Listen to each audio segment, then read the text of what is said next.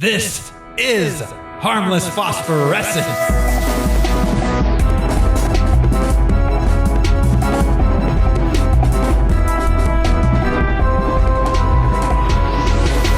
Hello, everyone. This is one of your hosts, Thoreau Smiley, and we are in for one wild night. Who's joining me, everybody?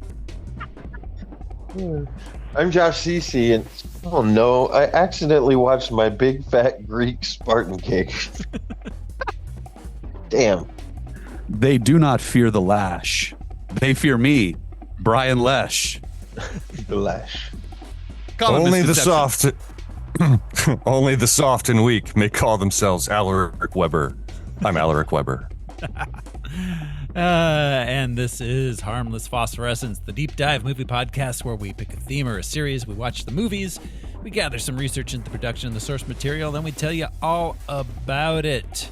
This show is brought to you by our patrons like executive producers Michael Beckwith and Atticus Burkett. Go to patreon.com/harmlessentertainment and you too can be a patron. $1 a month is all you need. We got a bunch of bonus content up there, lots of monthly movies and Star Wars and music stuff that you have never heard, man. It's at patreon.com/harmlessentertainment. This week, we're doing our non-superhero comic book movies series, and we are watching 300.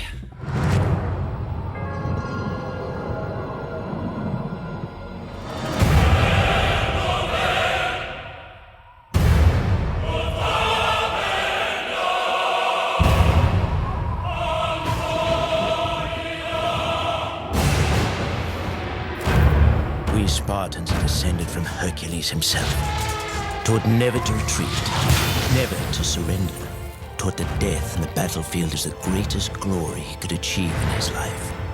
Spartans, the finest soldiers the world has ever known.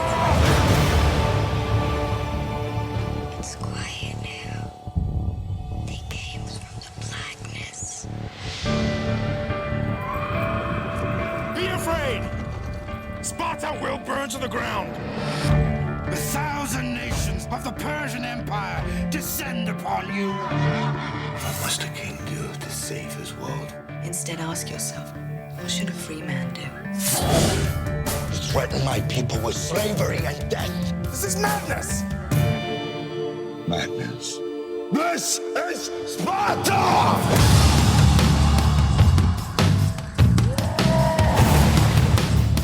We will stand and fight. A new age has begun. An age of freedom.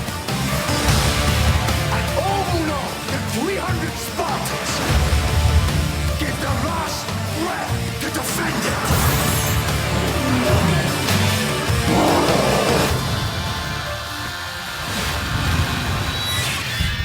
Spartans! Tonight, we dine in hell! Give them nothing, but take from them everything!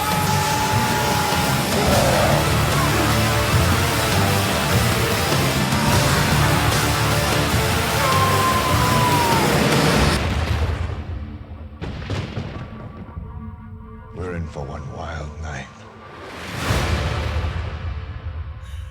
300. Isn't that the same tagline for Ventures in Babysitting? Yeah, I think it is. We're in for a wild night. Get in, loser. There were so many scenes of wheat in the wind while some chick goes, "Ah." And then there was a lot of wheat in Gladiator as well. Yeah. It's like him walking and just touching the stalks of wheat as he walks through his farm. Yeah, and then slow motion while an electric guitar goes, wow. Not in Gladiator so much as this movie. Yeah, this movie's all electric guitar, baby. Yeah, 300. Snyder time. The Zack attack. Yeah, if Gladiator, he's rushing his hand across the wheat. In this movie, he's smacking his hand on the wheat and going, man, you can make a shit ton of bread with that wheat. But in slow-mo. In slow motion, though. Yeah, Oh, in slow motion motion. with abs outlined with by a with lot of with blush. mascara and eyeliner. Yeah. And oily. This movie was released March 9th, 2007. It had a running time of 117 minutes. It cost $60 million and it made $456 million. This movie is the reason why we got Watchmen and the Snyderverse and all of that. Did that did Sucker Punch come before this? or No, after? Sucker Punch was what he That made. was after I think Sucker Punch he made. 2011. It was either between Watchmen and Man of Steel or between Man of Steel and Batman versus Superman. I think it was between Watchmen. Yeah, it was before Batman. Or sorry, I just Man of Steel. remembered it being like just a hardcore male sex fantasy. Yeah, like- Sucker Punch might be the most like Zack Snyder, like just indulging his worst impulses in every possible way. You know what's Yeah. really funny about Sucker Punch? Because this is the kind of cultural dialogue around Sucker Punch. All I remember of that movie is my female friends in Hawaii wanted me to go with them to see it, which was Right. I saw it in theater with a bunch of chicks. It was being Right sold on. as like a feminist thing, but Yeah. then you get there and it's like, Yeah. no. Yeah. He just wants some chicks to beat him up while he while he has sex with them. That's- in spirit store type Halloween costumes, and of course they're trapped. The like caged heat. it was basically like, what if we had 4 Harley Quinns? And I mean, like if it's that easy to market a movie to women, people want to see themselves represented in film. Sure, That's I'm the not. thing. Yeah, Like, well, I have it's no just- judgment on the film. Yeah, I'm just, it's just funny. I'm like, damn, it's weird. That's my memory of that movie. It always comes up as like, ooh, male gaze. Yeah. I'm like, huh. I remember girls being stoked. Thankfully, we are not now, and nor will we probably ever do Sucker Punch. Thank God. It's all slow motion, and there's like 4 words said in the whole movie. It's weird. Yeah, this movie would have been 40 minutes shorter if it weren't for all the slow motion. Yeah. But it did made a shit ton of money. It was a cultural marker, and so we are going to play the box office top 10 game. This is the game where I will describe the top 10 movies of the week of March 9th, 2007. And the fellas here are going to try to guess what movie I am describing. At number 10 for the week of March 9th, 2007,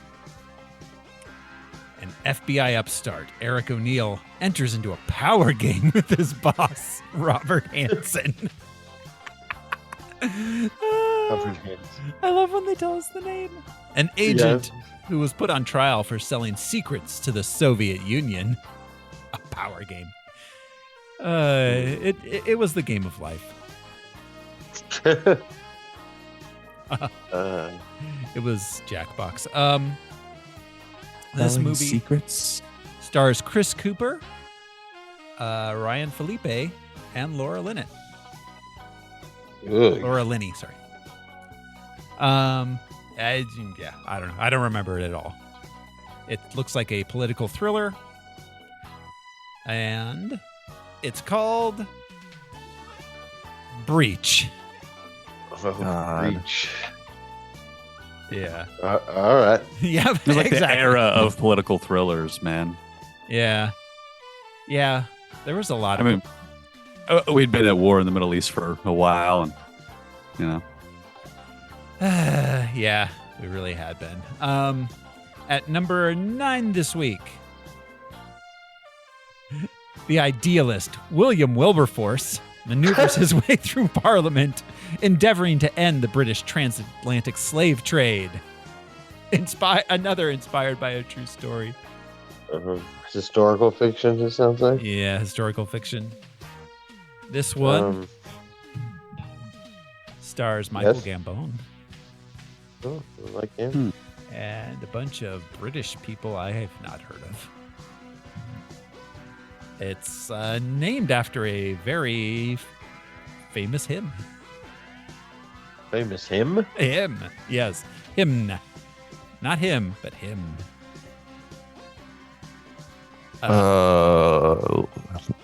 Love thy neighbor. It's called, Come all ye faithful. it's called Bridget. Amazing Grace. Amazing grace. That Oh, there a you go. hymn. Hymn. Yeah, that's. I know you said that, and then I thought you then said hymn. Yeah, I said not him, but hymn. All right.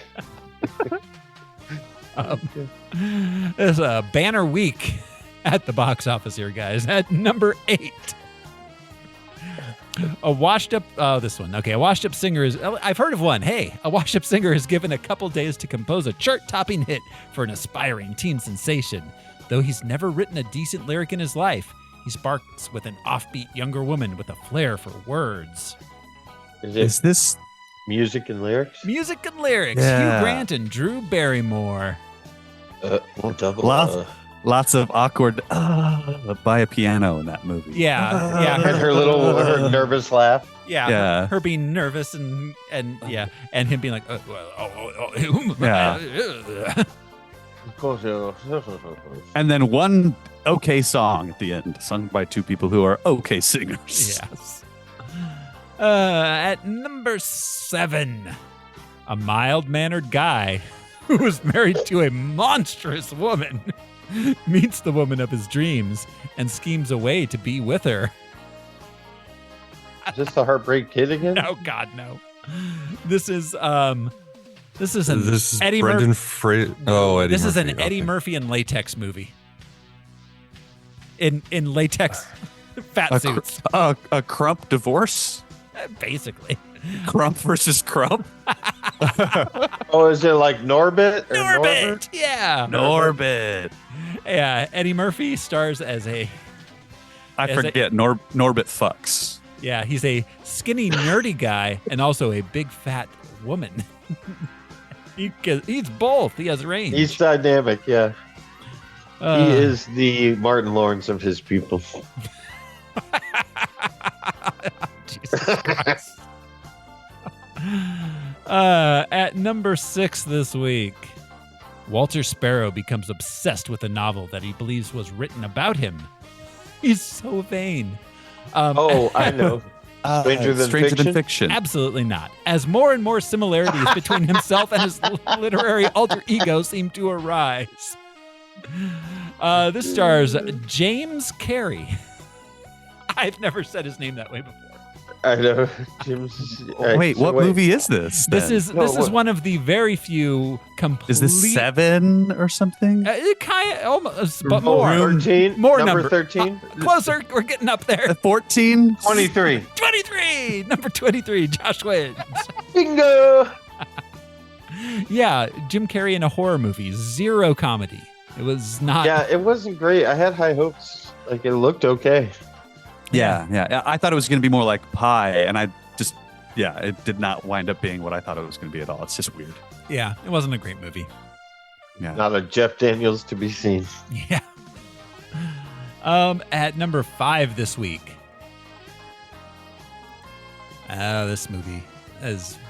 This is a good movie. Between 1968 and 1983, a San Francisco cartoonist becomes an amateur detective obsessed with tracking down a serial Zodiac. Yes. God, this movie is why Throw so many cartoonist things in it. happened later.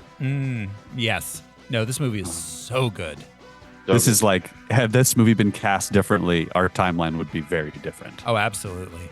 I don't think that we would have gotten any of those 3 careers at the way that they happened.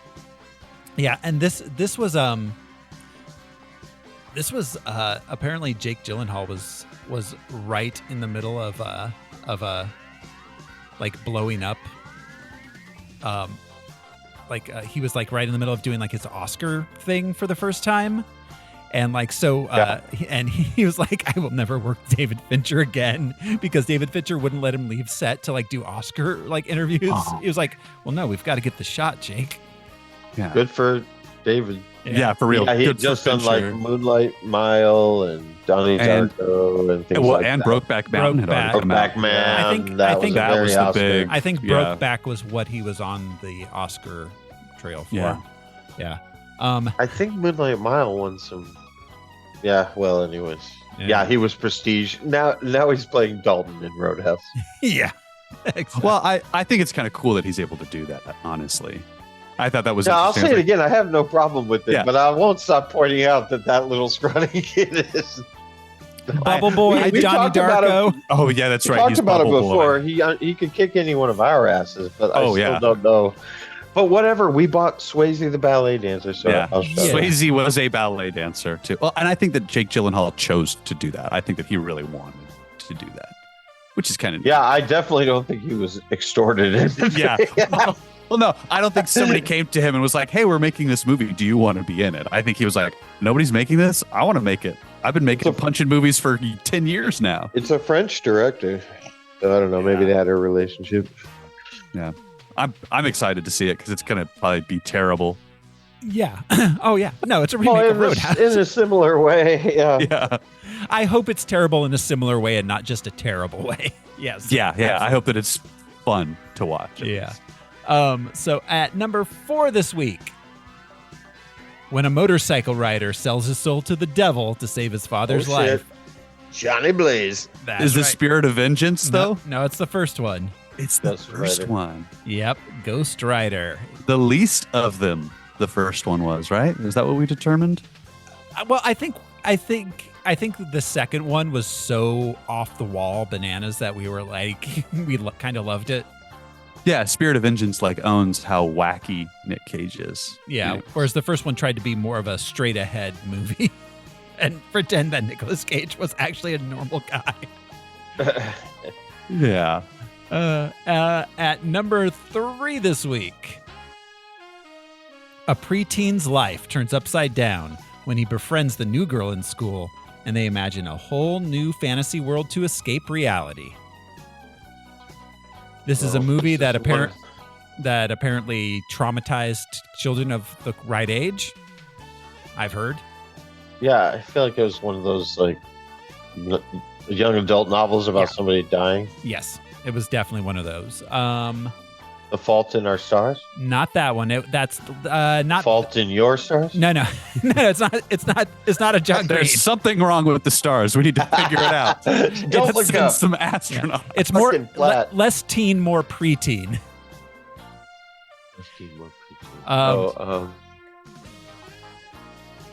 It You think of so many tasteless. All right, it's what? Cloudy with a Chance of Stars. it's the bridge. Won't see prom. The bridge to Terabithia. Oh, the Terabithia. Yeah. Rainn Wilson was this man. Really? I had it on in the background a bit when the kids were young, but I don't think I ever sat down and watched it. So, I watched it with the group home kids. Yeah, I watched all of it. At number 2 this week, a group of suburban biker wannabes looking for adventure hit the open road, but get more than they bargained for when they encounter a New Mexico gang called the Del Fuegos. Is this Old Dogs? Not Or whatever? old Wild Hogs. Wild Hogs.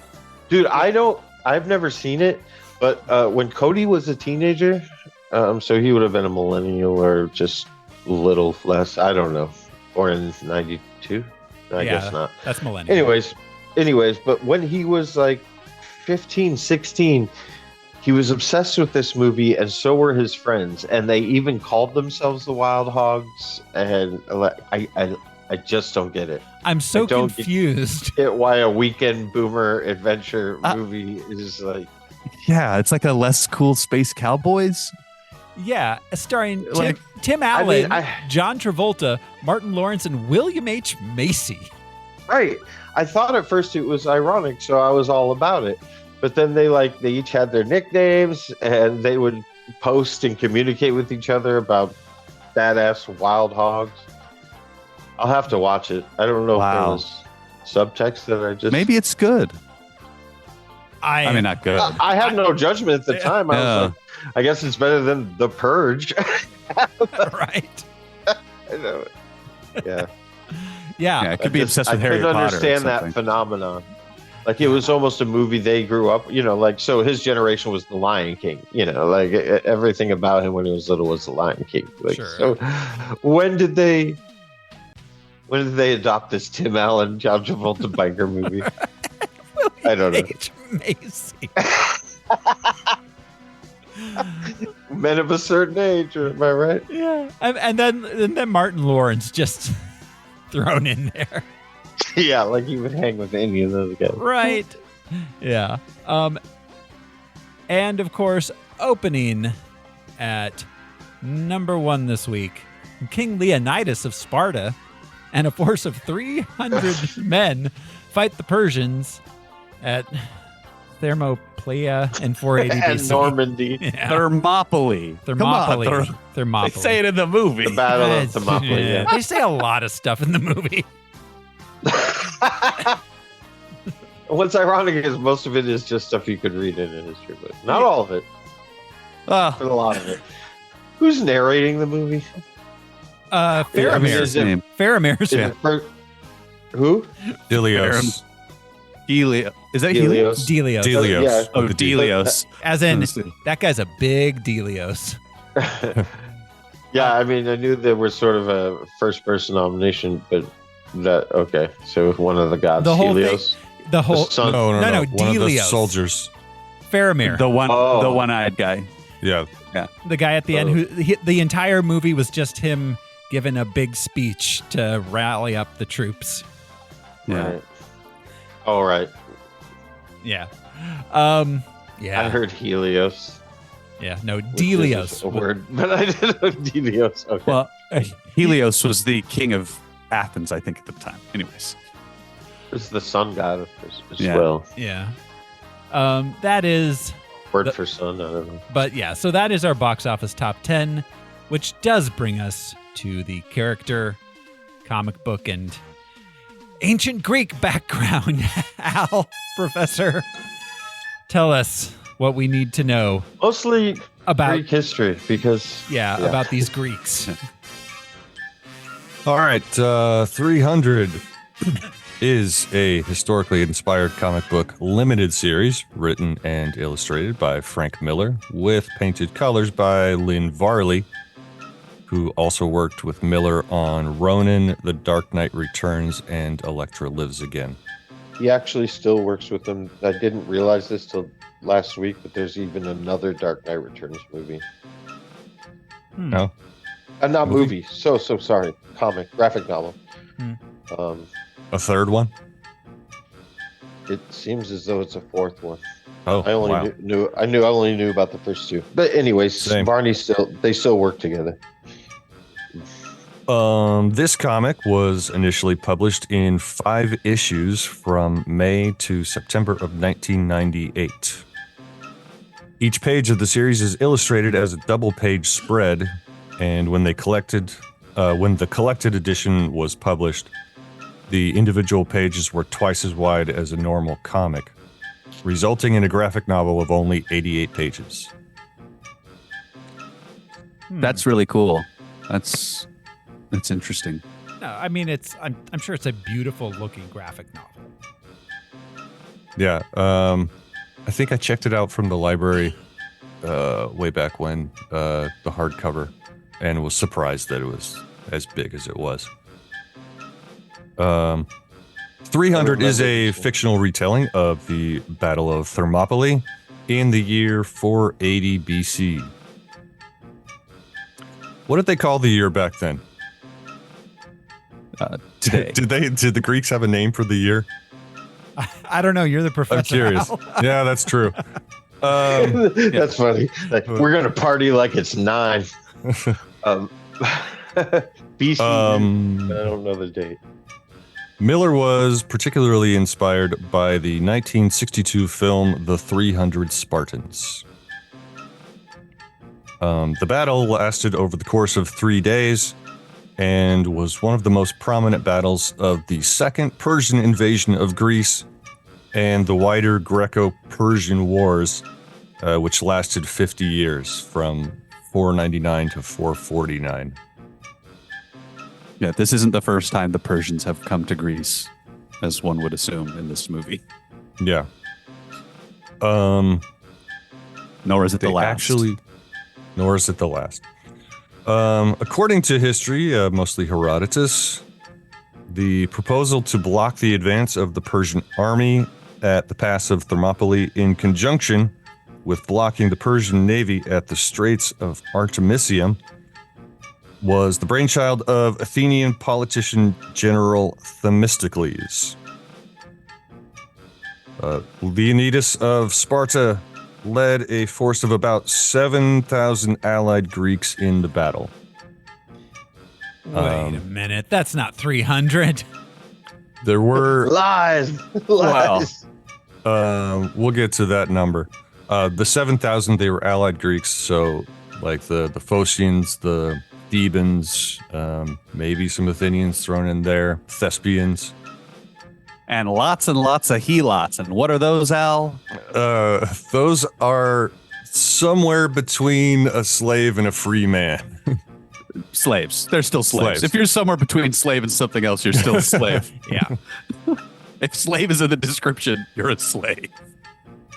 Lots and lots and lots and lots of slaves, not just 300 dudes. Anyways. Yeah. So Thermopylae is a 329 kilometer journey from Sparta by foot and is actually closer to Athens. Thermopylae translates from Greek as hot gates, so named for its hot sulfur springs. And in Greek mythology, the hot gates is one of the entrances to Hades. Yeah, man, I knew a chick named Hot Gates. About 7,000 Greeks faced the Persian army, which modern scholars estimate was between 120 and 300,000 soldiers, successfully blocking the only road through the pass. That's still so many people. It is. 7,000 people is not a lot of people. Versus 120 to 300,000. Yeah. Yeah. Yeah. There were the Spartans. There were so few of them, actually, because of the Carnea. They actually intended to send a lot more Spartans into battle after the end of the festival. But they got there too late. After 2 days of battle, a local resident, Ephialtes, revealed to the Persians a path that led behind Greek lines. Aware that they were about to be flanked, Leonidas dismissed most of the Greek army, staying behind to guard their retreat with 300 Spartans and 700 Thespians, 400 Thebans, and 900 Helots. And the Thespians put on a hell of a show. Yes, they did. Lots of Do you wanna go songs to- and dances. Do you want to go to battle? Yes. And Most of the Thebans surrendered, but the rest of the remaining Greeks fought to the death. The Persians would overrun central Greece and the evacuated city of Athens. The Greek navy retreated, but then defeated the Persian navy later that year. Xerxes himself withdrew with much of his army back to Asia, scared of being trapped in Europe, leaving some of his forces behind. The remaining Persian armies were defeated the following year at the Battle of Plataea, which we see at the very end. We see the beginning thereof, ending the second Persian invasion of Greece. Back to the comic book series, briefly. It did win 3 Eisner Awards in 1999 for Best Limited Series, Best Writer-Artist, and Best Colorist. The series has also been criticized for historical inaccuracies, including criticism from Alan Moore himself. those two. I love when Alan Moore talks shit about Frank Miller. It's like, okay, guys. Or comic books in general. Like Alan sometimes Moore I agree. Alan Moore called out specifically, maybe amongst other things, but the Miller's take on homosexuality. Like when like how he takes it, or what do you mean? Just that. What was the line Leonidas said about the Athenian boy lovers? Oh Yeah. When in fact, The Spartans were just as bad. And yeah. It was Greek culture at the time. The idea was take your boyfriend to war with you. You guys will have a good time. But then take your squire to war with you while you're not having sex with them. Yeah. Miller responded that a lot of times people criticize others for things, in fact, they do themselves. The Greeks, the word hypocrisy is from Greek. Oh, that's interesting. I mean, that's fair. Because Leonidas is kind of a self-righteous character in the movie. I could see him turning a blind eye to things like that. Sure. I mean, what they really got criticized for, the Greeks by others, is just being pacifists and academics. Yeah. Philosophers, they just sit around and think. I think Colin Quinn put it perfectly. Athens was just a 200-year podcast. Just dudes sitting around agreeing and disagreeing cordially. I mean, when you've got that much sun year round. Yeah, when you can just eat fruit from the, vine kind of life. Well, you got a bunch of slaves to attend to your every need. Mm-hmm. It's very real. I think the jab is like, you also don't fight. Yeah. Yeah. All right. And yeah, that was the end of comic book and history. Thank you, Al, for telling us all about that. I'm afraid it is Greek to me. And Heyo. woo! Well, that brings us to the production of the film itself. So this movie was written by Zack Snyder, Kurt Johnstad, and Michael B. Gordon. I just found out that Michael B. Jordan's dad is named Michael A. Jordan, which is incredible. He's got a job to fill when he has his first son, I guess. Exactly. Yeah. So,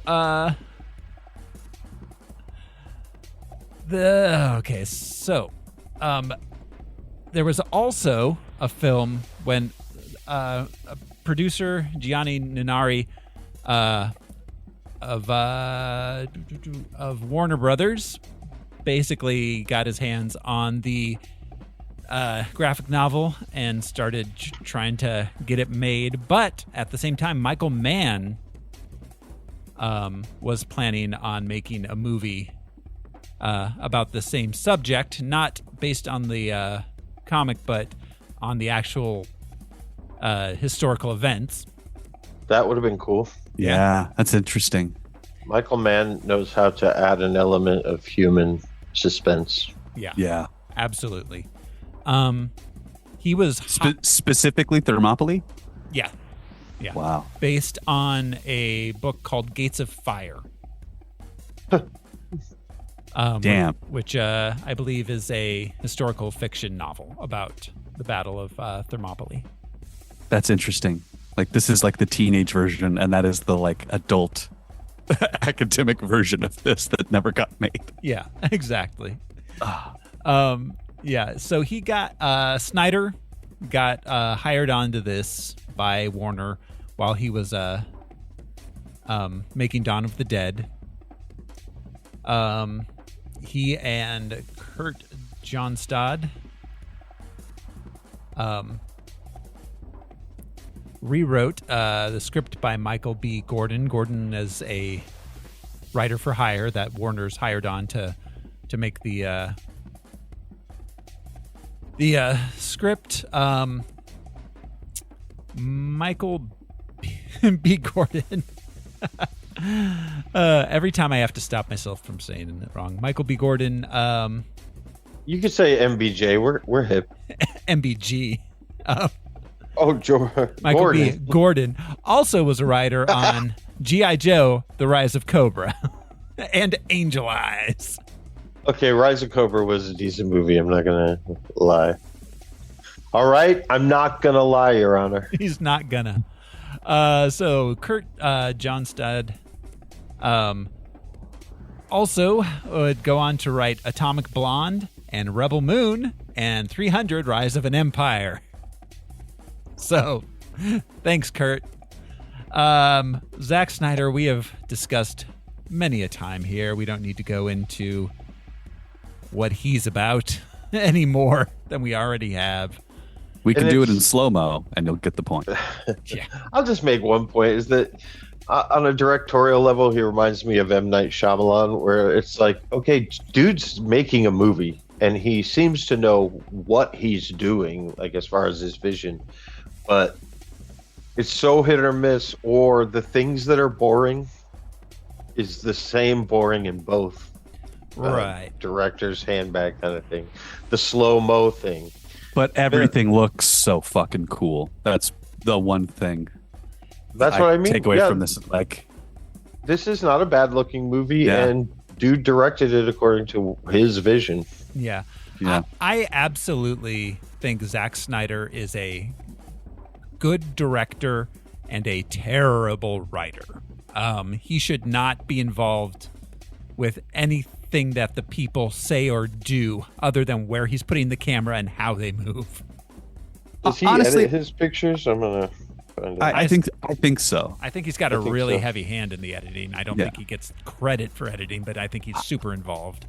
I think this is the best thing that he's done because it's all editing and visual, and it does not really rely on anything besides this story being 300 in a canyon. You know, I like- lots of people. I think Dawn of the Dead is a better overall movie, but this is I would say this is a close second, and I understand why this captured the public imagination for a brief period.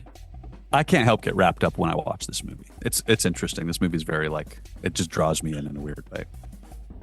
This was the best match for his style that he's so far had. Yeah.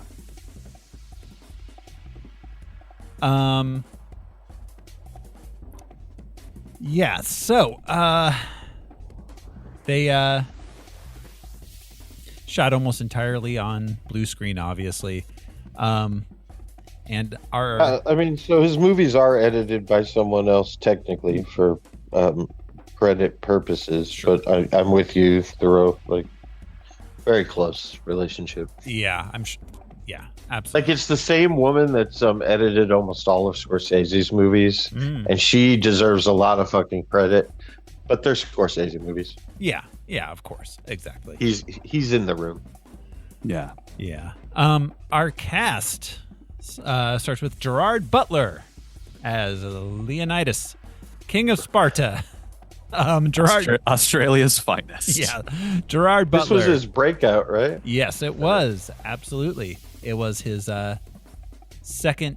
I'm sorry, not a second. It was one. It He'd was been an on early like role. Friends and things. I think he'd done a bunch of television bit acting in America. Yeah, it wasn't his first gig. Yeah. He was super familiar. He was let's see, he starred in the Joel Schumacher's Phantom of the Opera film adaptation prior to this. Oh, that's yeah. They really tried to make Gerard Butler like a A-list leading man, and it just never really took. And an action star. Yeah. Like Yeah. it was like the proto Jason Statham or Vin Diesel. Like they thought he was going to be the badass. Like he could play a spy, he could play a Spartan, he could play a mercenary. Yeah, didn't quite work. Yeah, exactly. And then when that didn't work out, they started putting him in romantic comedies. Yeah. Yeah. So yeah, It would have been great if they started doing like they do with like The Rock and Cena, like Daddy Daycare or like the Tooth Fairy. but yeah, no. Instead, there was a. Let's see. There was a. period of time when it was like, oh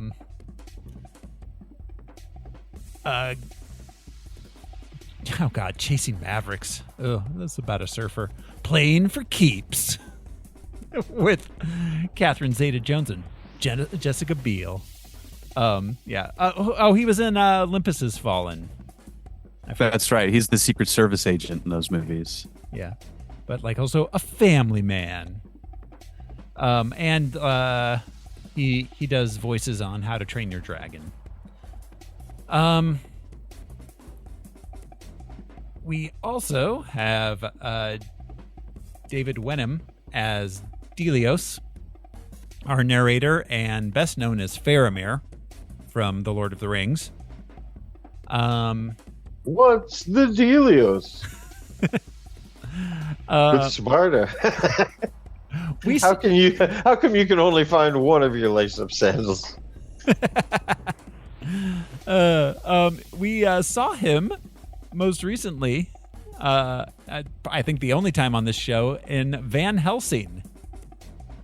Oh my God. Oh, okay. I was going to say they made a sequel to Van Helsing that I never heard of, but it was an animated short that was straight to video. Oh. Yeah. It was also in Pirates of the Caribbean. What is that? 4? Yeah. Yeah. So, he's most recently was in Elvis as Hank Snow. Oh. And Mortal Kombat Legends Snowblind. And He was Hank Snow. he was in a movie with the guy from Dexter, where he was the bad guy. The guy from Dexter was the bad guy. What's that guy? Michael C. Hall. yeah. And there's a really terrible. The culmination of that movie. It's a clip on YouTube. I've never seen the movie, but it's like the most awkward face-off between two characters I've ever seen in that kind of like action movie ending kind of thing. Because he's like a computer guy and he's there, but he's not there, and they're like, it's fucking weird as shit ever. Yeesh. But yeah, it's just what's his face just yelling with his Australian accent. Yeah, of course. Lena, I would be remiss in not pointing out that he was in 2023 in Combat Wombat 2. Back to back. That's incredible. Was he in the first one? I don't know. I was trying to find that, but Because if he wasn't, that's even more incredible. I like that they would have to send in a specialist for the second. I didn't realize that Combat Wombat was a thing, and I'm happier Is he the for wombat? Yeah, he's Lenny. I don't know. He's either. I hope he's the wombat or the wombat handler. He's got Probably animated. he's got top billing. Oh, definitely animated. Damn, I was hoping it wasn't. I was just a guy with a wombat with a gun the whole time. Getting wombats to act. This is why we work with orangutan. But it sounds like it reminds me of Kangaroo Jack, which I'm not going to lie is an entertaining movie. Oh, that movie, yeah. Weird. He's crazy. Yeah. It's weirdly good. It shouldn't be. Yeah. Starring as Queen Gorgo. Which, Yeah, so she comes from the Gorgons, which is what Medusa was. Gorgo angry. Yeah. Gorgo. What a beautiful name for a beautiful woman. She's like, I like stinky cheese. What can I say? Is Lena Headey. Best known as Cersei Lannister from Game of Thrones. That brotherfucker. Yeah. Well, not her first movie. Her second film was she was in Remains of the Day. I had no idea. She's what remains. She's in Dread. She's incredible in Dread. Oh, that's right. She's the villain. Yeah. She played Sarah Connor in the Sarah Connor Chronicles right before Game of Thrones. Really? Yeah. I'd watch that. That's interesting. I watched a few episodes and then just kind of fell off because we were just pre-streaming and I just didn't.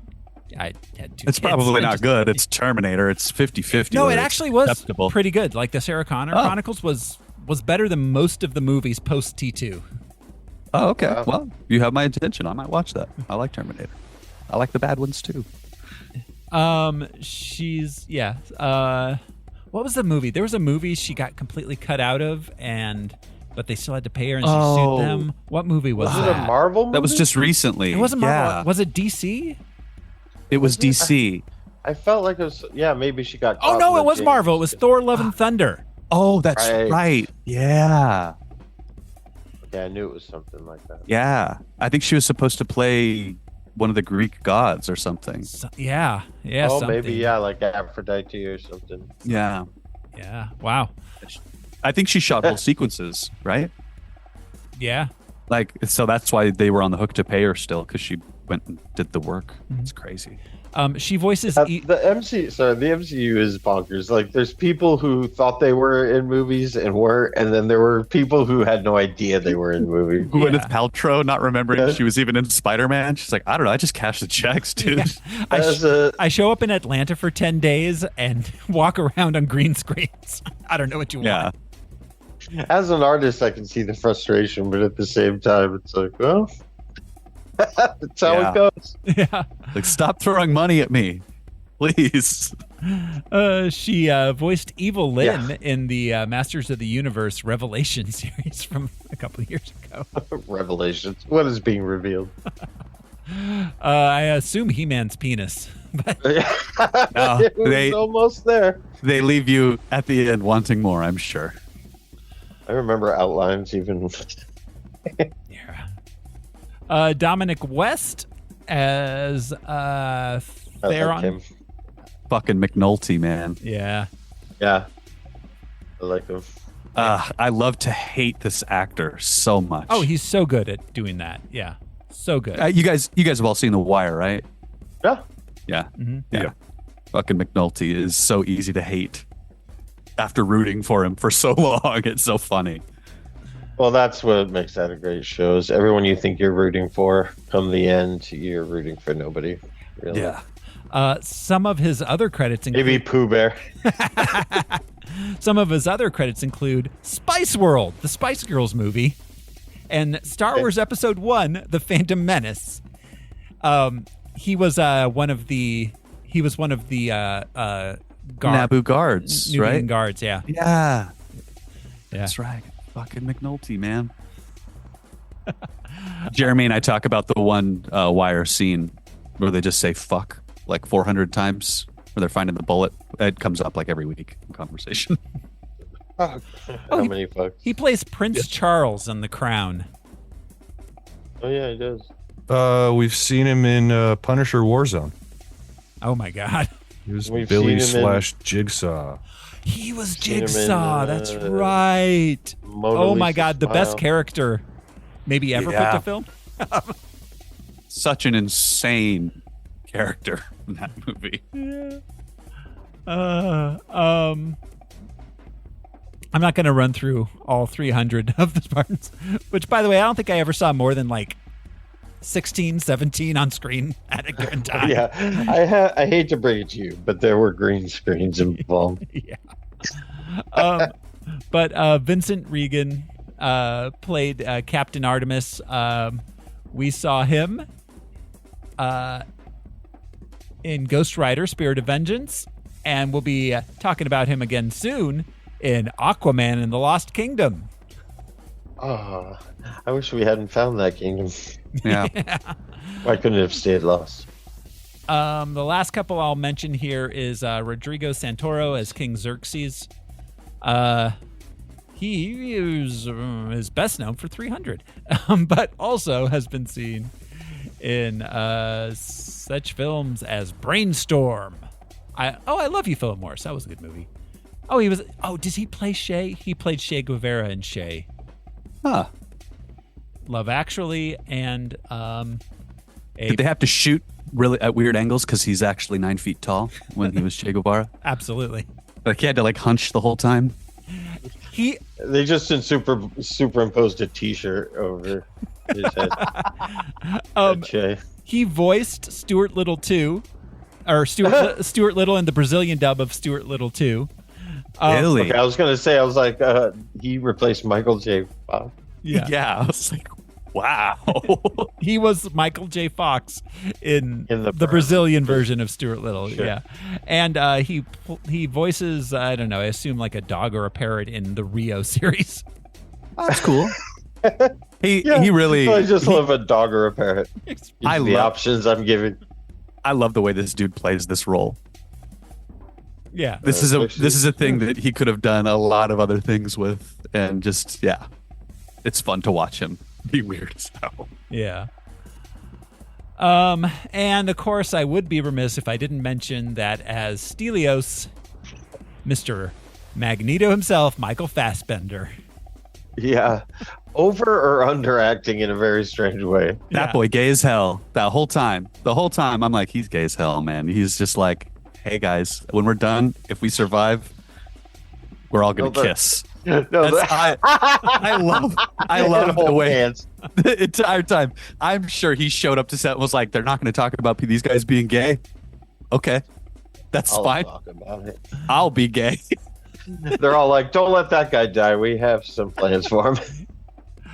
He did star in the recent The Killer, which is also a comic book movie by David Fincher, Interesting. based on a French graphic novel. But Add it to the list. he took 4 years off to race cars from 2020 to 2023. He's one of And he those made a kind of guys. car movie, I think. Oh yeah, he was Ferrari, right? Was he a Ford, was him. Ford Ferrari one? Ford v Ferrari? Was he in that? I thought he was in that because I thought that was like a larger cast of people. I haven't seen I it. know that there was a Hemsworth in it. I'm pretty sure, but he might have been the other driver. Yeah, It's all right. I don't know. Yeah, he's so good. I just thinking of him in like Inglorious Bastards. Oh, Just, you know. Oh, he's a fantastic actor. yeah. yeah, he's I great. think I've brought up my feelings for him before, but yeah, he's great.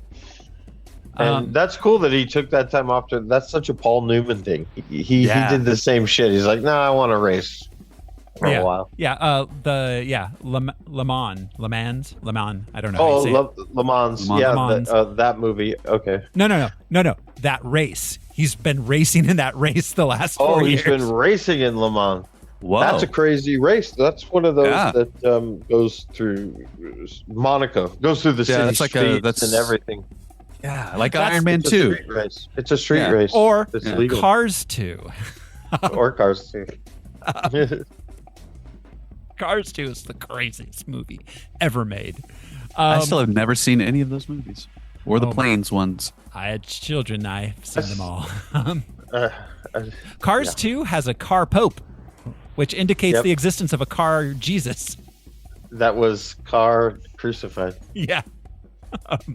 So does the car ride around in another car? To protect it from The- bullets. Does car- the Pope car ride in a bigger Pope The car? Pope car is kind of shaped like the Pope Mobile. Okay. That makes sense. Like a golf cart, basically. If I were the I Pope, mean, I would have they been had pissed if me that's what with- they came up with. They had me when they cast George Carlin. Oh, yeah. Oh yeah. Yeah.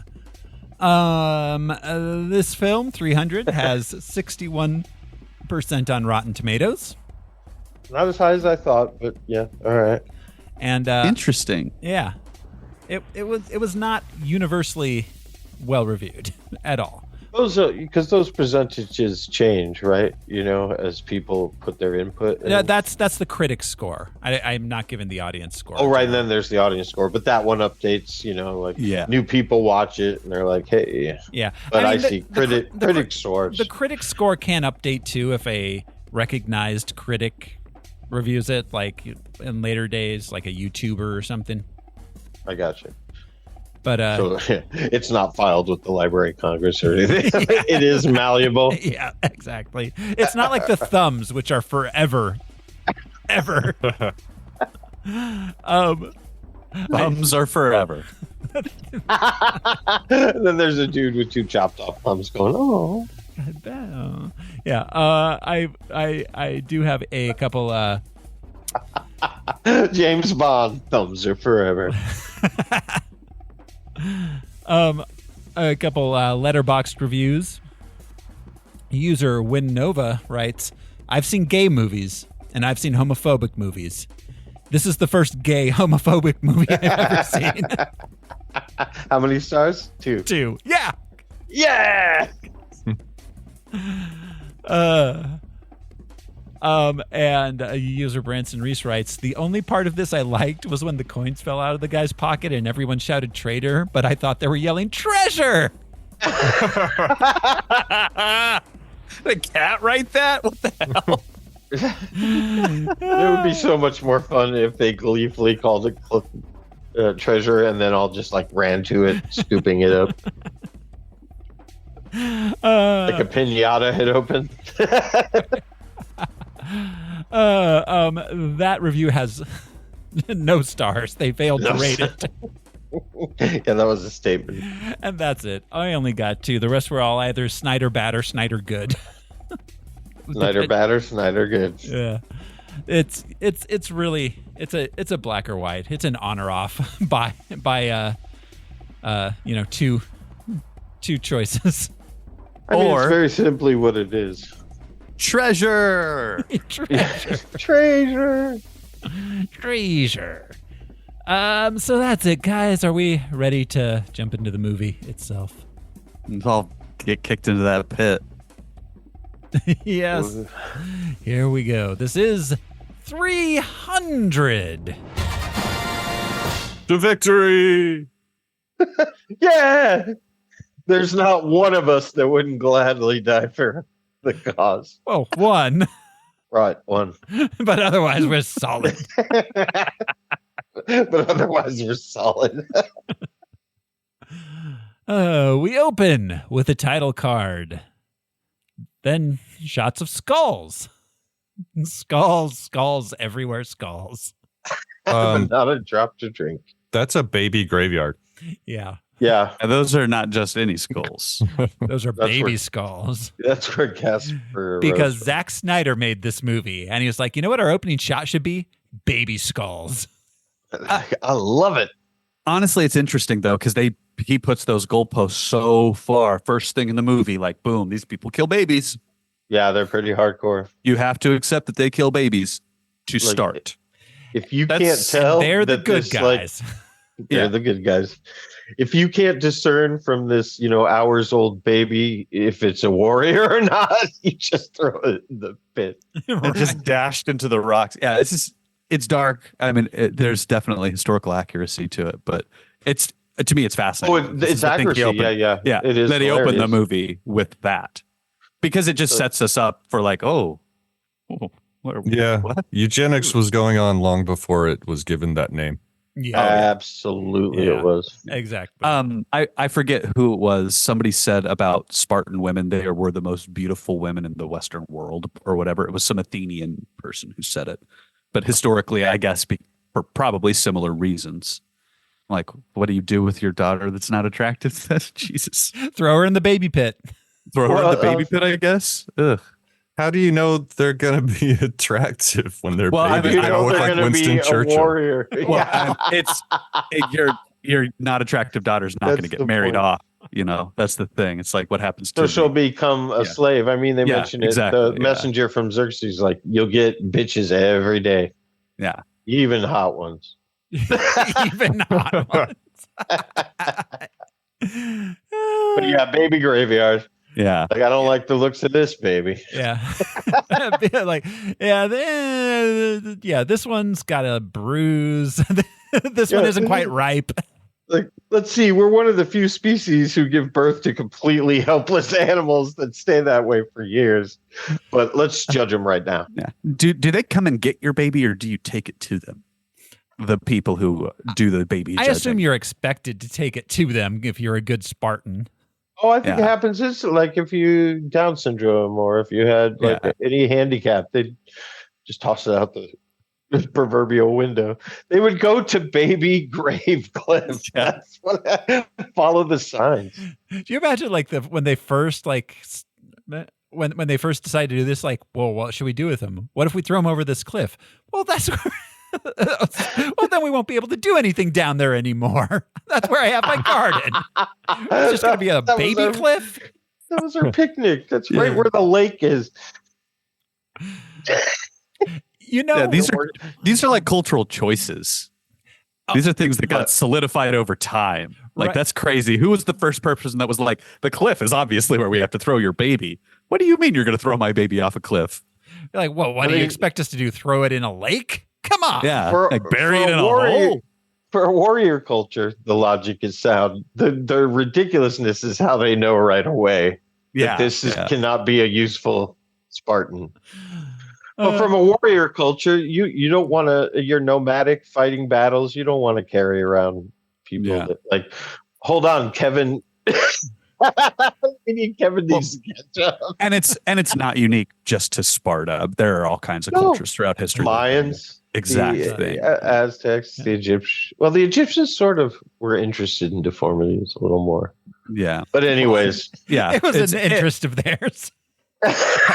I like the culture of Hollywood. This is, of course, the cloudiest that Greece has ever been. The cloudiest Greece. Hey, we have 3 colors, I would point out, in this film. We have gold, red, and gray. Yeah. Yep. All right. So sorry. Back to Baby Skull. Yeah. So back to Baby Skull Cliff. Yeah. Then a voiceover starts talking about Leonidas, the king. He's born. He learns to fight. Then there's a wolf and some snow, and then he's king. Bada bing, bada boom. Well, he sent out a walkabout of sorts, a warrior's journey, and then kills the dire wolf, and so everyone's like, "Oh, yeah," and like not bad metaphorical way, to the same way that because they mention it later. I think Persians, that he conquered the cold and he conquered the wolf or whatever, which so it could have been a metaphorical wolf indeed. There's a lot of like conversation about this movie in regards to like the other and xenophobia and all these things and fascism and let's just crack the seal on that guy right now. But he talks about the beast being on the way, but also as a metaphor to the wolf itself being a beast. So that's a thing where I'm like, yeah, it's a big thing that's going to eat you.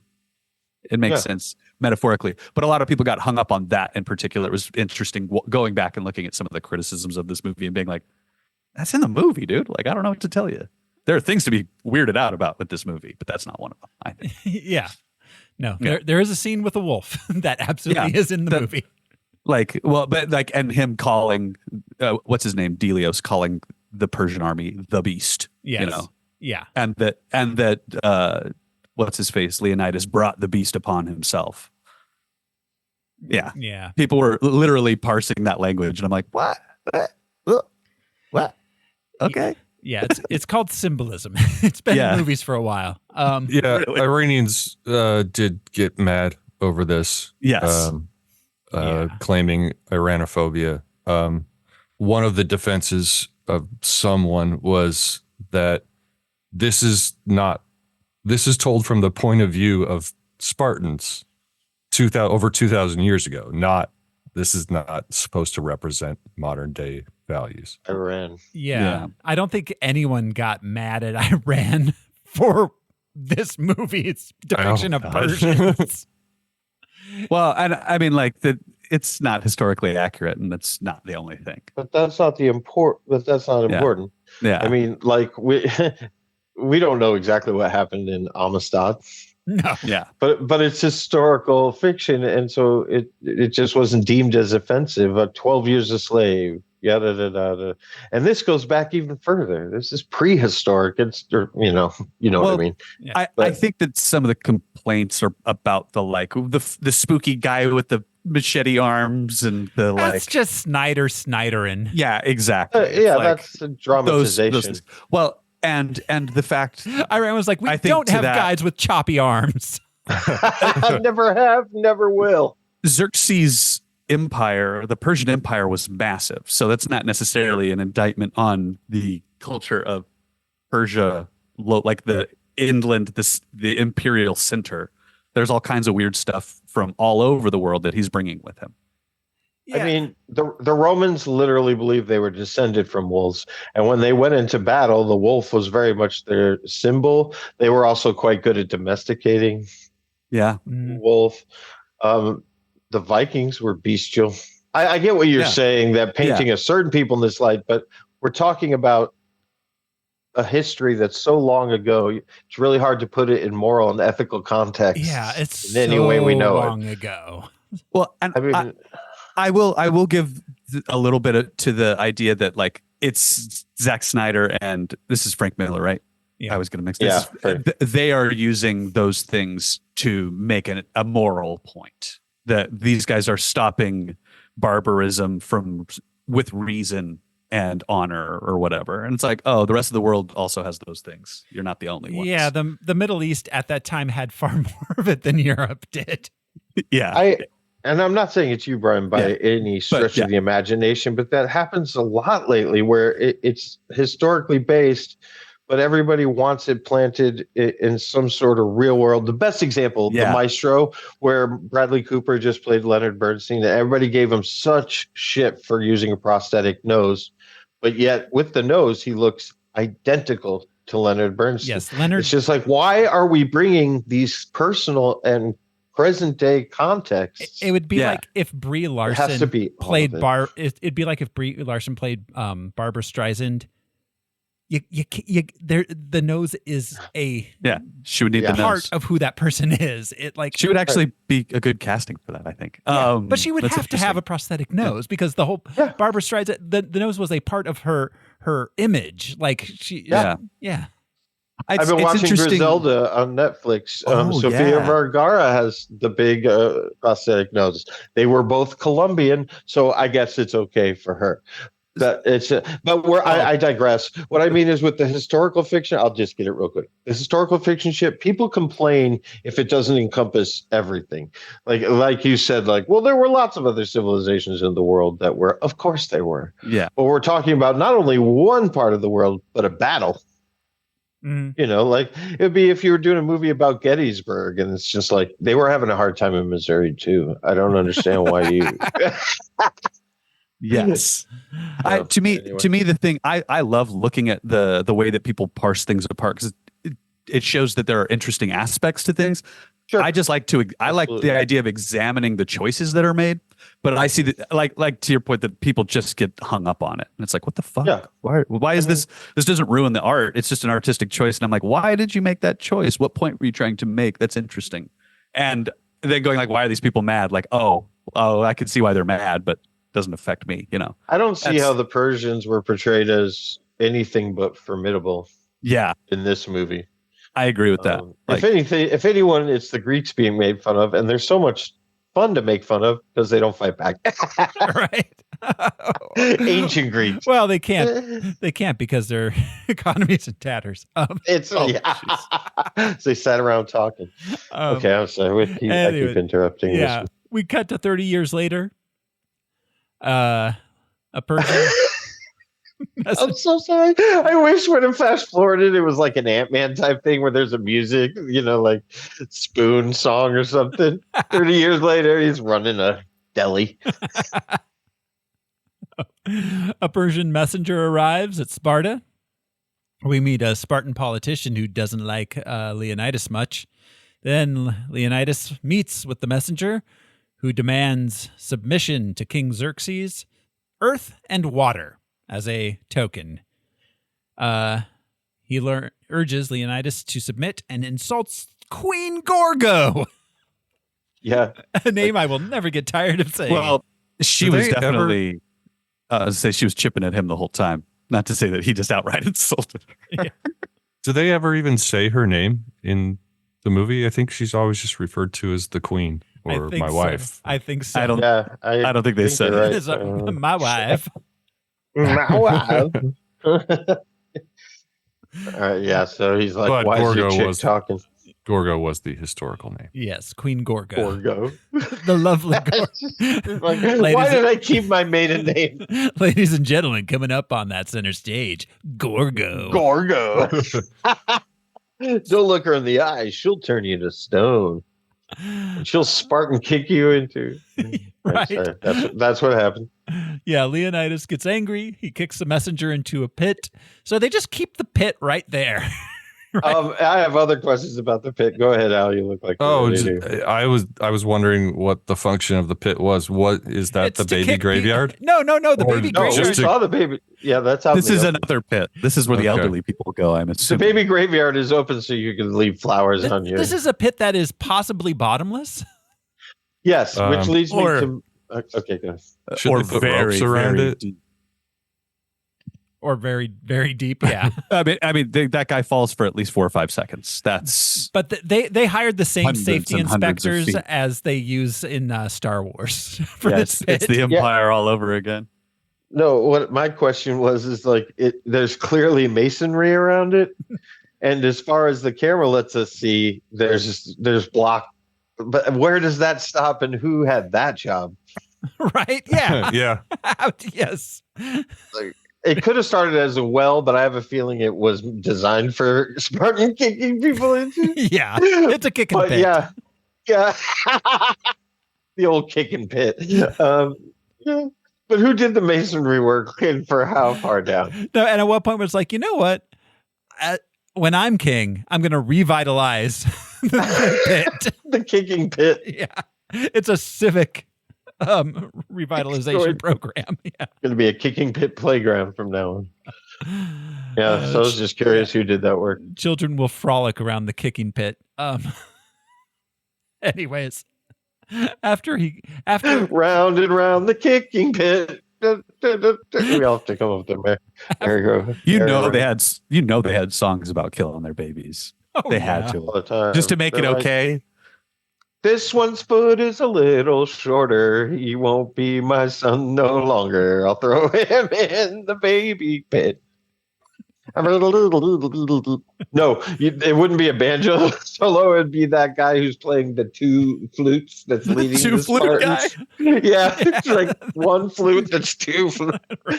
So funny that they would have a bard or musician leading. What if them. we had a flute that was like a double flute? But what I loved is that we didn't get to hear whatever their flute battle hymn was. Right. We just got Zack Snyder's electric guitar. That would have been like- so funny if it's just like Greek flute music all of a sudden. What else would it be? It's not an awesome Black Sabbath guitar riff, which is what you would think warriors would walk into. It would be like the Navy SEALs and like a dude with a recorder leading Yeah, them. like playing a fife. Hot cross buns. Hot cross buns. Yeah. We're going to kick ass, right, guys? Just no, it's just ABBA songs. It's just Waterloo. I was going to say, this will be our Waterloo. Wait a minute. You minute. don't want to play Waterloo when you go into battle. That's a bad omen. Well, I've decided to rent Napoleon and sync it up to Waterloo. It's going to be like a Dark Side of the Moon, Wizard of Oz. it's gonna take a few plays of that song. That I movie's was going to say, just keep way going too long. until it gets to Waterloo. Just Waterloo, the song. I'm just crazy enough to do it. It might improve that movie. So then Leonardo. Speaking of historical revisionism, this movie has somehow less historical revision than that movie does. I haven't seen it yet. I'm going to. It's fun. It's fun. It's bad, but it's fun. I like historical epics. I mean, It's really bad. Ridley Scott did what Kubrick never could. He got a Napoleon movie made. Well, he was a boring figure. He's, I guess, a great military strategist, but he's a lot like Trump, but just kind of boring at his core. I mean, as far as I'm concerned, the quintessential Napoleon is still the Time Bandits. Napoleon, absolutely. It's seconded only by Bill and Ted. Yeah. Yes. Waterloo. Waterloo. So, anyways, after the pit incident, Leonidas climbs a mountain. The pitsident. To visit some priests who could really use a skincare regime. So these are supposed to be the Oracle at Delphi, right? Not at Delphi. It's Not at Delphi, but an oracle. Those the they did A-Force? exist. Yeah, the A-Force. They called? They did exist in Greece. Yeah. XYZ. Yeah. That was another thing that's funny. I think more with the Greeks and other cultures. Obviously, Sparta threw you in the baby grave, but in a lot of cultures, deformities were looked on as sort of a divinity of kind. Like they were often used in the king's court or whoever as seers. Yeah. When that was just probably syphilis, ravaging their faces Yeah. and bodies. Yeah. Well, and that's he definitely like they imply that with the Well, yeah, they say Tastes. incest a couple times, but that's only dudes up there. So it was code word for those four guys do it with each other, and look how diseased well, they are. they apparently have a series of adolescent girls brought to them to tell them the But future. That wouldn't make that incest. Oh, I mean, this my movie's- brothers could watch me, but as long as I'm not doing it with them. yeah. Well, this movie's so interesting because we only see the cherry on top of the sundae of what's actually happening. Like we don't see any helots, we don't see any thespians, we don't see any of these other subcultures that were within the Spartan cultural hierarchy. Mhm. So we're not seeing how the creepy dudes are being supplied their, child bride things and all that shit. Like it's weird to just have it it's just kind of matter of factly laid out for us. Well, we kind of do. Even kings have to bribe and pay. Yeah. And then later on, the Persians promising even more. So they're delivered to them. Yeah. Because their word is bond, apparently. Right. So Right. they don't leave that. People bring them offerings. As far as I Oh yeah. think. No, someone's bringing them a box full of food every day. Yeah. in a bird box and a box full of chicks. That was Yeah. another A box. one, right? A box full of teenage girls. Yeah. Yeah. Yeah, and food. And do they have Honey to and climb wine. that mountain with that box of teenage girls on their back? I imagine. Absolutely. So, yeah. Yeah, to pay tribute. Yeah, it's part of the. That's just fascinating to think about, like just the way it is presented. He's like, yeah, I just came up here to ask you guys these questions. And he's like, yeah, and they get these girls up here. It's crazy. I don't know. I'm the king, but they said no. All right, bye. I'm like, I mean, it could be that they're leopards, or leopards. That they are I thought I was going to a leper colony, but it was a leopard colony. I barely got out alive. Yeah, they could be lepers, but I think it's dirty dick stuff. Jesus said to bathe the leopards. We lost 40 men. Bathe the leopards and guard your face. Yeah, so basically he lays out his whole plan. They say no because Carnea is coming up. I keep wanting to say Carniceria. It's coming up. and that's like the fucking festival, right? That's like everybody gets down. Is it a It's like- solstice or it's a moon related one, right? Yeah, they said the full Yeah. moon. Oh, so So that's why people would not be easily swayed as well. So I guess once a month or so It's not the harvest festival. recommended. Yeah. Yeah. Once a month, Well, everybody and gets if it's the if it's a full moon, then it's not any particular. It's just one cycle, another full moon. This may be like way deep into the weeds, but here we are. But it's interesting watching this movie and having the government say, no, you can't do that. We have this celebration going on. And of course, we look at that and we're like, God, how stupid. But at this point, there was no like cultural military strategy history of like, dude, you got to be quick and decisive. Like it's just battles had been fought and lost and won and things like that. It wasn't a school like it is today or even 500 to 1,000 years later. Mm. Yeah. There's a reason why we learn about Thermopylae because it is a tactical choice that those guys made. Like it's interesting thinking about that from like a weird military tactical standpoint. Nobody had Thinking about which, but the oracles? like the oracles and the government basically saying like, dude, it's a party. When the party's over, sure, then we can go fight some people. Oh, well, I mean, there have been ceasefires during holy Yeah. days. But I think that and this things like that. This predates the idea of moving quickly, Right. to stop an army. And also the Persians don't celebrate that, so they're still going to come. Yeah. It's kind of the point. I just think it's interesting through our perspective. We're like, they're so dumb. And it's like, they just didn't know, like that's just what they've been doing for 1,000 years. And that's why they still carry teenage girls up the cliff to these creeps. Well, yeah, they don't want to anger their gods. Yeah. Because they literally think their gods live over on that mountain and down in that pit. Yeah, literally. It's like, it's hard to wrap our brains around. So anyways, he lays out the whole strategy. They say no. Then we find out that after Leonidas leaves, he leaves angry. We get one of Xerxes' guys shows up along with Theron, the bad McNulty. Yeah, Theron, the Spartan politician. Yeah. Theron, Charlie's Theron.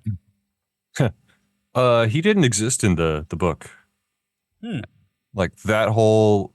So this scene was just this basically the same, but without him. And everything that happened in the movie that was happening back in Sparta, that was not included in the comic. Mm-hmm. So he's kind of undercutting the cultural thing and saying that they're just corrupt. That's why they're making that choice. That's interesting. Yeah. Well, I go ahead, Thoreau. No, I was just going to say, I think that's a good filmmaking choice to have this other thing happening to like check back in with Gorgo once in a while. Yeah, absolutely. I mean, one strategy could be that, that could be a festival that they get a lot of offerings. That's true. And so like, let's wait till that's over so we can get all of our virgins and food and wine. Yeah. It was the same festival, Carnea, that prevented the Spartans the previous year from joining the Athenians in the Battle of Marathon. That the Athenians actually won. They won. No, they did win. They drove off the Persians from Marathon at that point, but the Spartans were also like upset that they didn't get to join in that defeat. Mm-hmm. That battle just went on and on. Back home, Leonidas has sex with his wife, Gorgo. And then, although the priest said no. She says, "What that mouth do?" when he comes in. Right. Literally. She's like, "Why are you talking?" It's crazy. She's like, "Get over here with that butler, that Gerard Butler ass, which is so prominently displayed." Dude's shredded. He is, yeah, absolutely. But he decides to gather up 300 soldiers and just go for a walk. We're just going for a walk, guys. I'm just stretching my legs. It makes for such a better story this way, even though the historical part is that they were on their heels and that's how it ended. Mm-hmm. Just having it be like, no, I'm just going out for a walk. It's so fun. That's such a fun way to set the story up. Yeah. Theron and the council confront Leonidas about defying the priests by going to war. Leonidas tells them they're out for a walk. They leave. So were the syphilis guys, they were down there, right? They were in the field being like, "We told you couldn't go." I thought it was just the council. Right?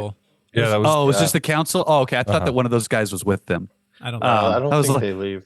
Okay, I was gonna say, They stay on their mountain. carry him? I was like, did somebody carry him down? Like, I don't think he could make that climb on his own. Okay, I'm Probably how they controlled BD. Put him on a mountain. Put him on a mountain and then Like, should we have a cliff like the baby's skull cliff? No, just put him up on a mountain. Babies go down. VD goes up. What's up?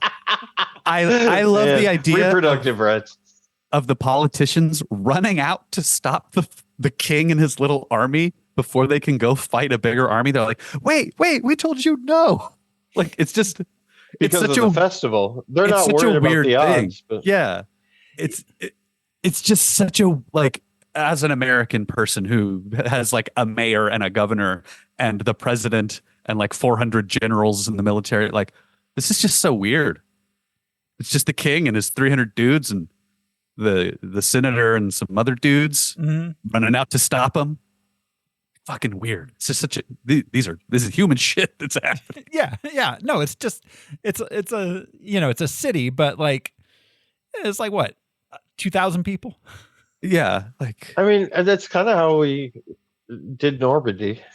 You know, if you Yeah. believe the historical versions, it's 300 or less, yeah, but Yeah. So better weapons yeah. yeah. and a universal hate for the Germans. Those things help. Well, I guess there was a lot of aggression in this one too. But Yeah. Oh yeah. So along the way, they get joined by some Arcadians. Then they find a town that's been destroyed, and all the people were killed by the Persians. They made a people tree. So this is weird to me. Al, did you ever look at a map while you were watching this movie? Several times. Where is the town I did between not. where they are and the place they're going to stop the Persians? looked it up The before. Persians are already past the place where they're going to stop them. Well, they okay. So This doesn't I don't make rem- sense in like 3 dimensions to me. They said it was I- just a scouting party that destroyed the yes, town. thank you. Okay. Yeah. So You- But also, Scouting is dangerous. It's not like when we were little. wouldn't those guys just come up the rear behind this group of 300 men while they're fighting? That's what it was a Like- scouting party that came, destroyed the town, then went back to the Persian camp. Was the idea I got? Same. Yeah. Anyways, it's just confused the hell out of me when I saw it the first time, the second time, the third time. Like, where the hell are those guys? Shouldn't those 300 dudes go catch those guys first? Because they're going to do a lot of damage. Yeah, no. The idea I got was they then returned back to the beach. Yeah. Back to the They beach. went back and just got in line to get killed first. Started Sorry, surfing. They're like, Xerxes. what are they? And Frankie and Annette. Um. And special appearances by Bob Denver. All right. So So yeah. Anyways, there was one kid left alive who told them what happened and showed them. you always leave one. Yeah, and showed them the people tree. So then they got to the coast. The first version of 23andMe. Yeah. They get to the coast and it starts raining. They watch the storm sink a lot of ships, Persian ships.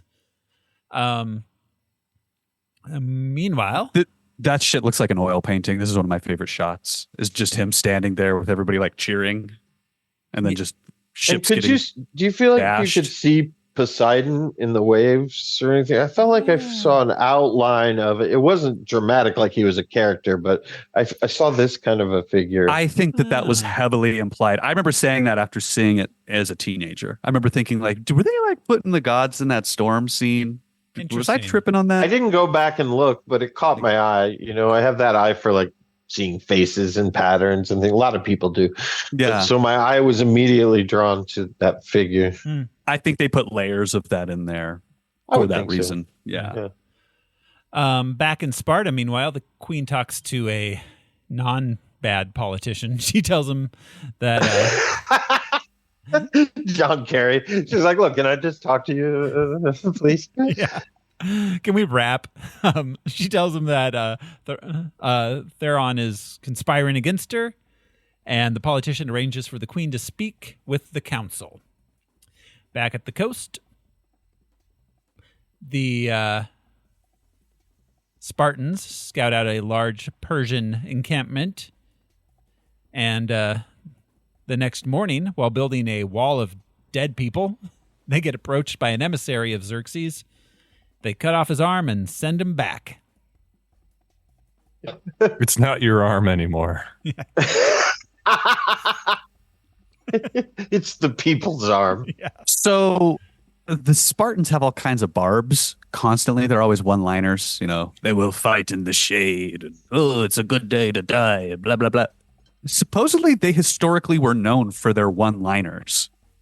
Like All right. historically, the Spartans in particular were known for being terse and having Yeah, all kinds I of was gonna funny say shit to say during recalcitrant. battle. Oh, the Spartans are coming. They are sassy. And yeah, they would show up and roast the Athenians and shit, like when they had to fight side by side. I love that about That was it. in this kind of, yeah. Yeah, and Yeah. it comes through. Well, The I mean, I the follow previous- Leonidas, and he's got some good tweets. the previous scene where they met the Arcadians and the Arcadians are like, you only brought this many, and he's like, what is your profession? What's your profession? I'm a poet. I'm a farmer. Blah blah blah. That was dope. Yes, Spartans. What is your profession? Oh. That scene in the comic ended with Daxos, the Arcadian, saying, "You Spartans always know what to say." I mean, if I were an Athenian meeting those guys on the road, I'd be like, oh shit, let's go. It's better than having your new battle pals be like, oh guys, this is gonna suck, right? There's like 1 million of them. Mm-hmm. Ooh. So Leonidas then encounters Ephialtes. I don't know how to say the dude's name. Ephialtes, the hunchback, a deformed Spartan. Is his name where we may get the word fealty from? I don't know. Pledge fealty, because Greek words are all hidden throughout English everywhere, and people's names and shit too. Yeah. Just anyways. We're based largely on Greek, Spanish, and German. But I thought the same thing. It might be because historically he is the one who betrayed his people with the path thing. Yeah. He's their Benedict Arnold, whatever character. Yeah. I don't know. But anyways, his parents fled Sparta to keep him from being thrown in the baby pit. And he becomes the villain. I love it. Yeah, I was really expecting him to the first time I saw this, I was expecting him to be redeemed, but no. Nope. No, they're like, it's good to throw babies in the baby pit. They should have thrown him in the baby pit. I was going to say, how are they going to pull that off through his entire life? I got to give credit to Zack Snyder and to Frank Miller, whoever wrote this sequence of you can't lift your shield up. Mm-hmm. Period. That's the thing we need you to be able to do. You can't do that. You can clean the battlefield. You can give people water. He didn't cast him away. He didn't throw him into the adult baby pit. He very well. Right. He just kicked a guy in the hole for asking him for some water. Baby pit. He told him he could still Chuck E. Cheese. Well, he'd started a new one right there, I'm sure. He told him he could still do stuff to help. He just couldn't fight. Yeah. I actually disagree with his choice because he mentions the phalanx, and if he can't lift his shield, he can't protect the person on his left. Okay, just put him at the very left, so there's nobody left of him to protect. Just put him on the far left. Because he does know how to use a spear. I mean, I think the idea is that then they will have to worry about him protecting him. Yeah. I like the idea that Al's a character that rescues and rehabilitates Baby Skull Pit. That's just he can be useful. Wild hunchbacks. He can clean the bathrooms. He can ring the bells once we get to that point in our history. Right. He can fall in love with a gypsy lady. I just think he it's can be a interesting greeter at the Hell Gates. to characterize Leonidas as somebody who's not necessarily all pro baby pit. There's a spectrum of baby pit that he He's not feels like he is held to. He's like, you made it out of the baby pit, so I guess you made it. He's not a hardcore pitter. Yeah. I know the point you're making, but every time you say baby pit, I can't. I have to laugh. He's anti-baby pit, or he's soft. Leonidas is soft on baby pit. I don't know. Or is it more like a tiger pit where you throw people in and they're eaten alive by babies? No, tiger pits are awesome. This is a cliff where you just drop the baby onto a pile of other babies. There were a lot of jokes about that on the schoolyard when I was a kid. Yeah. I got thrown in the baby pit. Should have been thrown in the baby pit. Oh. So anyways, Ephialtes gets mad and storms off, saying he's going to prove Leonidas wrong. Then I would have killed that guy. The moment he got mad at that, I'd have been like, look, dude, now you're a liability. Yeah. In the comics, baby pit you go. In the comics, he threw himself off of that cliff in attempted suicide. failed, attempted suicide, because he does come back. He should have just pretended to be a weird baby. They would have done it for him. Weird baby. Well, because what criteria? They were holding up a newborn. What are they judging? They're like, this one's a fuck. I know it. This goddamn Finkelstein shit kid. So, anyways, the Persian army arrives and they start fighting. The Spartans win a bunch. The end. That's pretty much the movie, right? They win the NCAA championship. Yeah, so we get day one, basically. Yes. And then they build a wall with day one.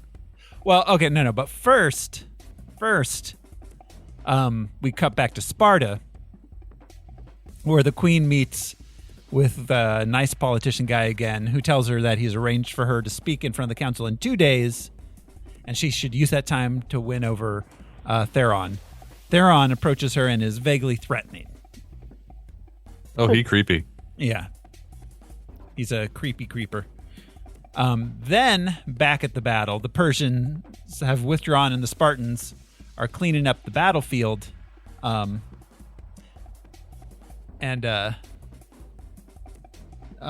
made a wall. They used Persians in the wall. They made a wall of people. Yeah, Hands across America. They're building on that wall that they had already made. Yeah. But this is still day one, and a small contingent. Oh, actually, that happened before the dude showed up. That was at the wall building was earlier. Yeah. Yeah. Now they're just piling bodies higher. Wall. Yeah. But now this is the part where Xerxes himself shows up. Still day one. Yeah. And Like he Jay-Z at the Grammys. He rides in. Yeah. And they gave him a special black Grammy. They gave Jay-Z a black Grammy? A special all black Grammy, yeah. Huh. Yeah. And that's kind of cool to hang up on your mantle, but And then he poured cognac in it and drank out of it. I saw the picture of the cognac thing, but I didn't realize that it was black. That's kind of that was an all black that's pretty special dope, Grammy. actually. Yeah, because he's Jay-Z. Yeah. And he used his time to complain about how Beyonce never won Album of the Year. I love how comfortable Xerxes is around Leonidas. Just like he's like, if he tries anything, no one's ever been able to do anything to me, blah blah blah blah blah. But Leonidas is like flaunting the fact that he's like, I could just kill this guy at any moment. Mm-hmm. It's this fun, unspoken, weird thing that both of those guys are like embodying in that scene, even though one is 9 feet tall and being shot like Gandalf. Yeah, exactly. This was This was one factual error that was criticized because the Persian kings, Xerxes would have been Zoroastrian, which is a monotheistic religion. Right. And to claim to be a god or a god king would be like the highest blasphemy. Didn't that They weren't like the Egyptians. The Egyptians were like, yeah, I'm God. Didn't that become polytheistic over time? I think that Zoroastrianism adopted other religions under, if I remember. Well, it correctly. eventually became Muslim. Yeah, I thought that was one of the interesting things about it was that as they conquered lands in order to build bridges, if you will, with the local cultures, they adopted their gods into a pantheon, and so it became essentially a polytheistic religion. Not unlike Christianity with Santorini gods and African or the gods. the entire Roman Empire. They did the same thing. I mean, that's why so many Christian religions coincide with pagan situations. That was why the Roman Empire was so awesome, is that they took control, but they did not attempt assimilation. They didn't care if you were Roman. You were just a member of the Roman Empire. Yeah. They were a melting pot, if you would. Yeah, I think so. I think the Middle East happened in similar ways. But that's all I know about that. Historically, Xerxes did not claim to be a god emperor, to my knowledge. He just claimed to be the emperor. He was Yeah, it really was tall, just- so It people was just, boss meeting boss is what Yeah. the energy He was pierced his chin, so I mean that's a baller move. yeah. at that time. He got 2 side snake bites on his chin. So he either has a TikTok channel or Yeah. he's got him. Um, Yeah. I will say, yeah, the ladies would have gone crazy for that guy. Oh, yeah. Makeup. Oh yeah, yeah. No, he's an influencer for sure. Kind of the ultimate influencer. That night, Xerxes sends his elite guard along with a really big guy with the. This was the point where the prosthetics looked bad. Like that big guy had a really bad prosthetic job. But the Spartans killed them too. They're feeling pretty darned good. These were the so-called immortals. Yes. A name which would proven to be inaccurate. So Xerxes kills his generals when they fail, Yeah. which is a classic move. Yeah. Yeah. Classic Xerxes. when you don't have like court marshaling and dishonorable discharge, Yeah, you just killed them. that's how it goes. Yeah. On the second day, Imagine if Eisenhower just like killed Patton or something. I don't know. I mean, I'm sure there were days where he thought about it. from my on understanding, on a personal level, but yeah, I just was- like yeah. I don't like the way that went down. yeah, Yeah. no, to my understanding, there were a lot of people that wanted to kill Patton, but Yeah, he wasn't Well, general. And I'm sure the feeling was probably mutual too, though. Yeah, I wasn't getting into their emotions. I just imagine if Yeah. like he just popped him in the head at a briefing. or HW and Storm and Norman. Like Oh God. Storm and Norman. Schwarzkopf. Storm and Norman Schwarzkopf. I want to know mean- how many of those collector's plates went up in value. Oh my God.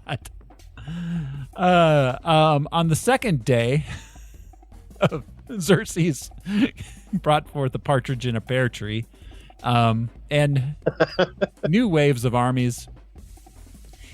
He Battle New rhinos. wave. battle rhinos, ri- battle elephants. Yeah.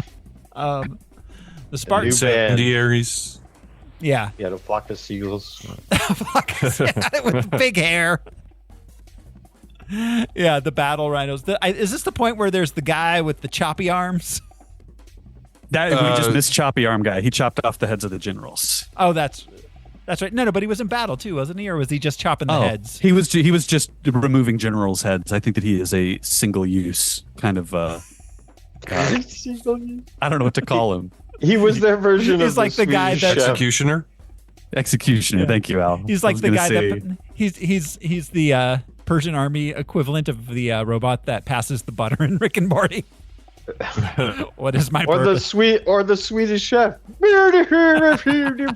Just a knife in his hand. At what point did they give him the choppy arms? Like, was that as a kid, or was he like 25 and is like, I'm gonna go into?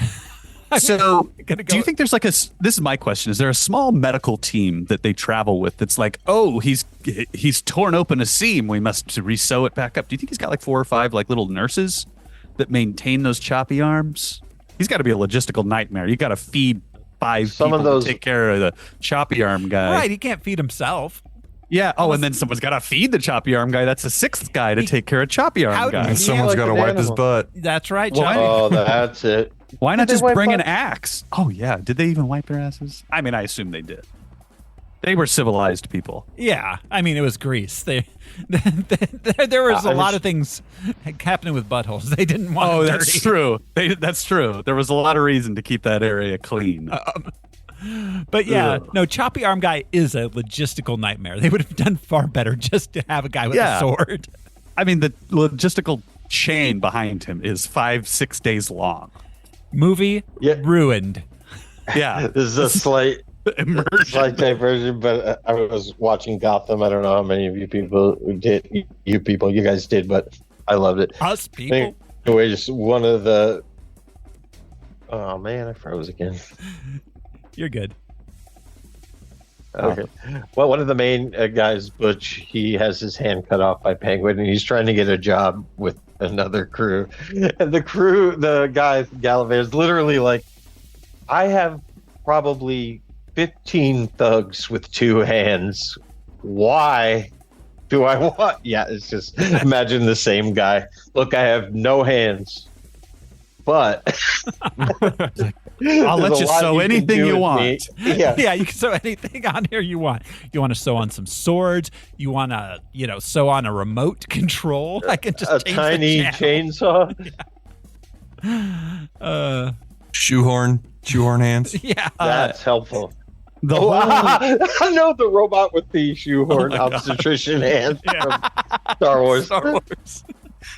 his whole cadre of people looks straight out of Mad Max. Oh, yeah. Yeah. The Zack Snyder universe is like a apocalyptic horseshoe.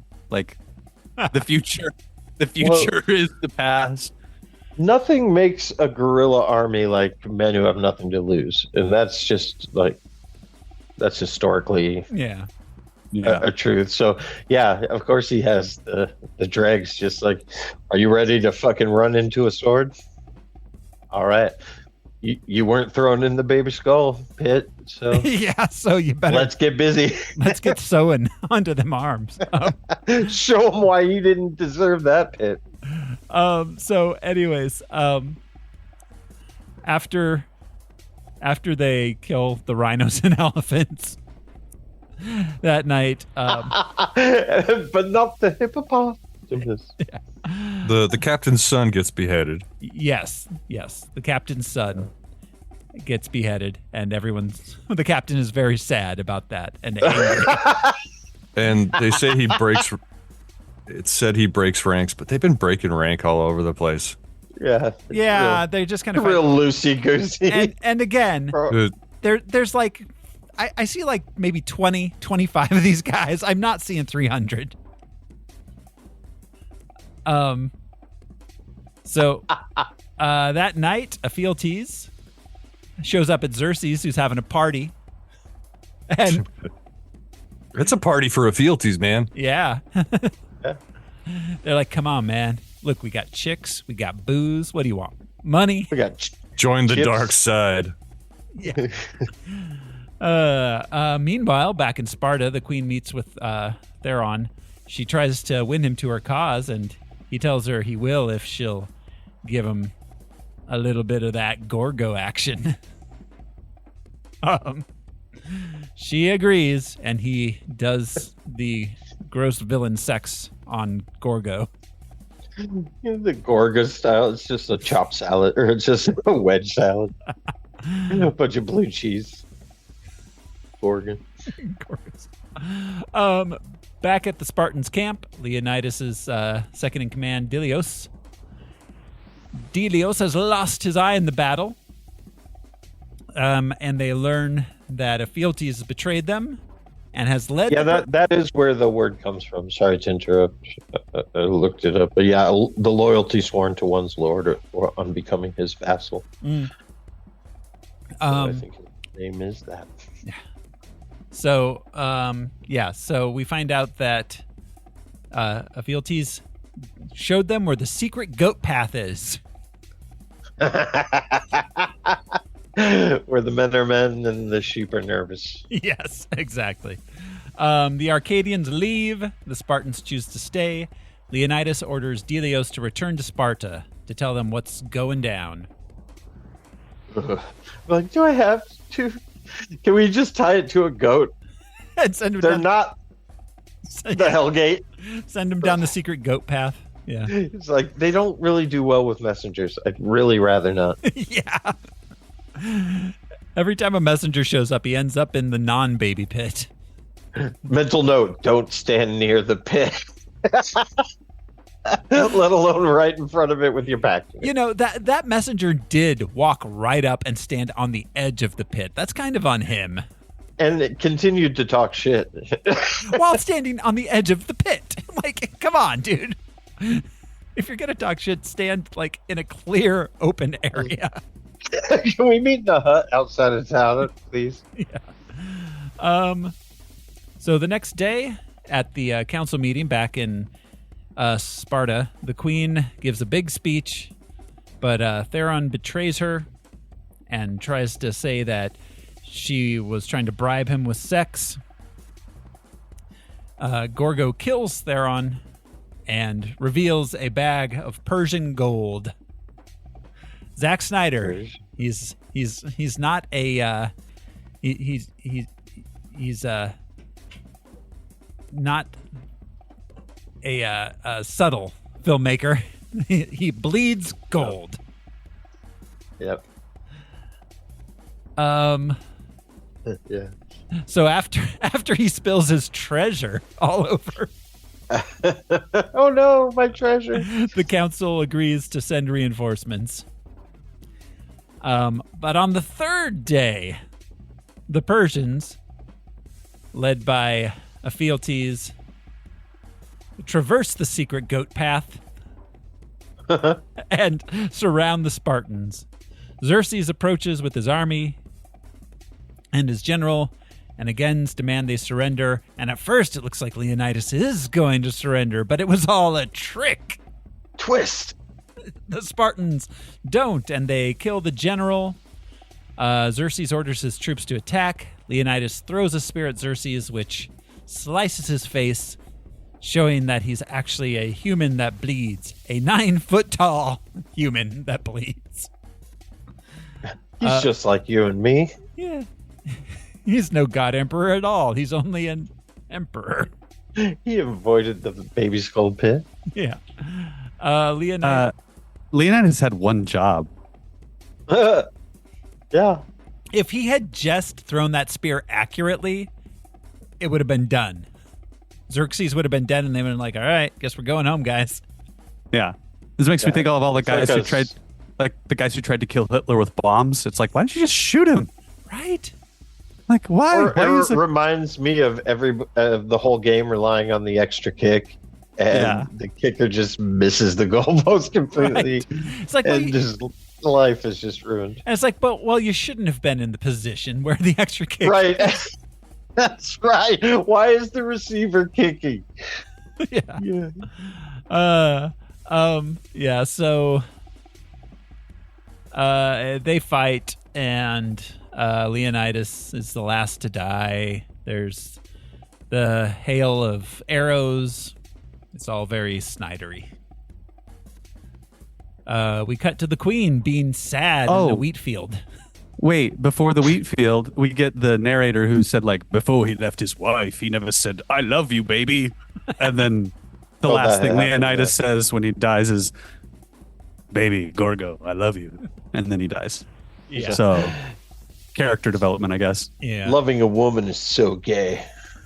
It is. That's how they felt. So what does a warrior culture do, without a war? I know that's a philosophical question because Lots of push-ups. We're in a war culture. Yeah. Yeah, I guess. But like when there's nobody to fight, I don't know. They throw babies in pits and train and look sad in wheat fields. Well, I see assume how deep that pit is. they also maintain order over their population of slaves. Yeah. It didn't necessarily That's mean a full-time job, I'm sure. the for their Spartan. military. Maybe I'm getting off into some highfalutin areas, but it's just like we had talked offline about how much the alpha male kind of aggro. How they appreciate that Spartan attitude. They walk around with their dicks out a lot. They do. It's They very definitely true. do.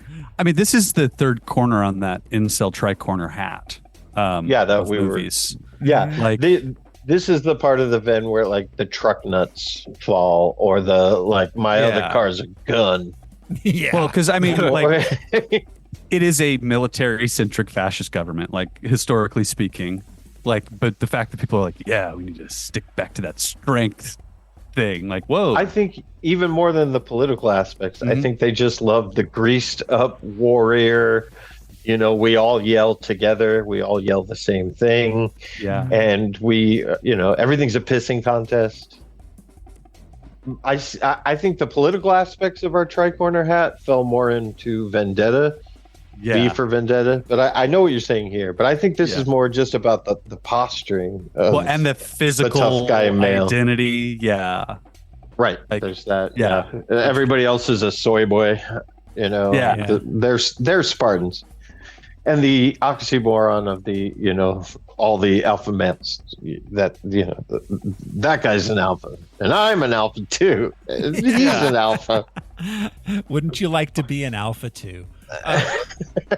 I'm number one, and he's also number one. Yeah, no, I really didn't realize that we were doing an incel trilogy here until we were well into it. Into this, It kind of came up in conversation when we were talking about it, and it was interesting to see, like, oh shit, these three black and white, super saturated graphic novel adaptations. You can connect them directly as we did.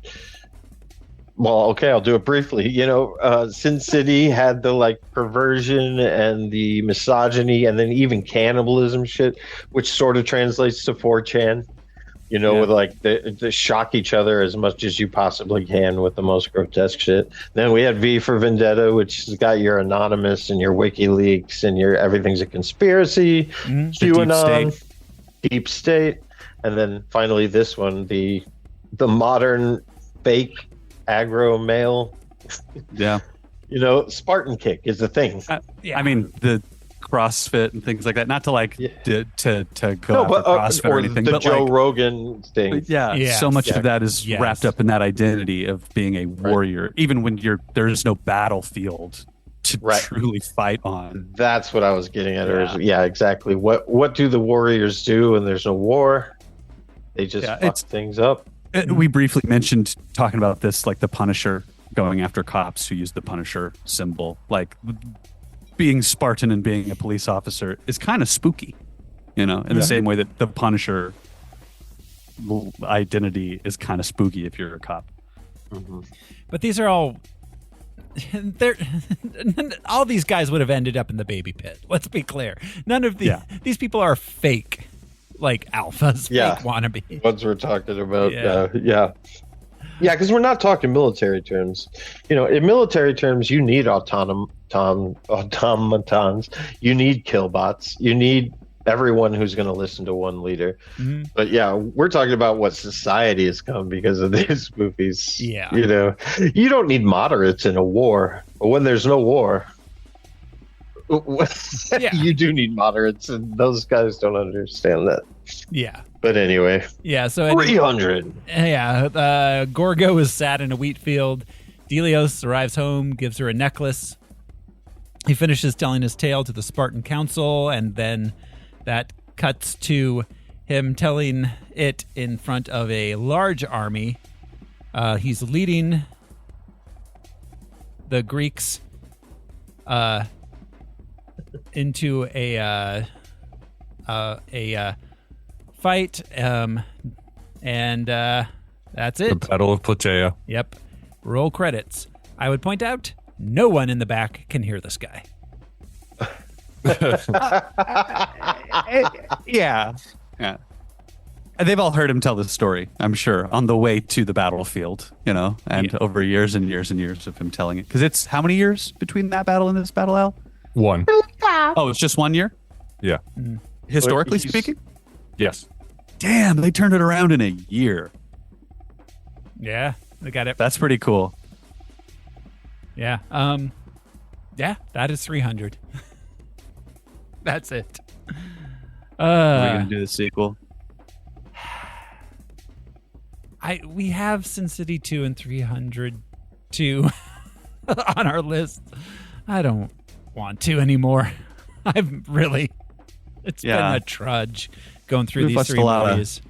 A lot of slow-mo and black and white. Yeah. This past couple of weeks. They're not all. Sometimes they are fun, but these three in succession really painted a picture. It's been a drag. We need another rando bad comic movie. Not bad, but Yeah. Yeah. These were three with similar tones. Yeah, something that's a little sillier. Yeah, maybe we'll feel differently after a month of Ghostbusters. Yes. That's Yeah. very true. It could be we just need to rinse this taste out of our mouth. Yes. Because I think we finally saw Frank Miller and Alan Moore for what we always suspected they were, but now we see it. Yeah, exactly. So, The but proto incels. do we have any unanswered questions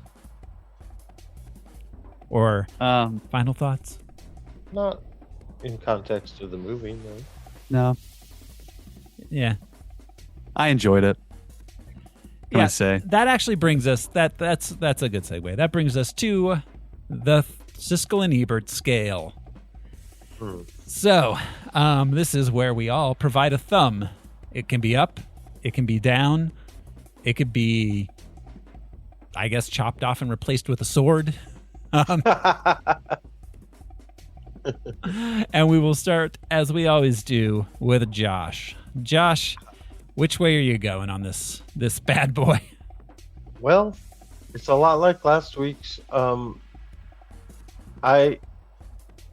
I had my complaints and my insights about it, but I can't say it's a bad film. I think I know what Snyder was doing. It was a pretty close adaptation. I feel like he accomplished his goals. So a thumbs up. It's not my favorite, but thumbs up. It's a decent movie. All right. Josh is going up. Brian. I love to look at this movie. This movie's gay as hell. There's some of these shots I was rewatching it, and the final shot where the archers are up on top of the cliff, like I remember that shot from the theater being like, oh, that's so cool. The shot of the ships getting dashed against the rocks. That was a shot that I saw and went, I remember this shot. This is an incredible shot. They're not all perfect, but some of them are unforgettable compared to a lot of other movies that look cool. Thumbs up for sure. And I feel the same way. It was kind of like that movie Alexander with Brad Pitt. Yeah. So homoerotic and such a cheesy movie, but I love those ancient battle scenes, just like in the old Ben-Hurs and all that shit. Yeah. So, when they're well framed, there's nothing like it. I mean, like seeing like modern warfare, like Civil War era warfare, Napoleonic warfare is one thing, but a bunch of dudes running at each other with swords and shields. That's what are the sword and sandal epics? Yeah, right. That's what there's nothing like it, and to do it this well, it's cool to see something this.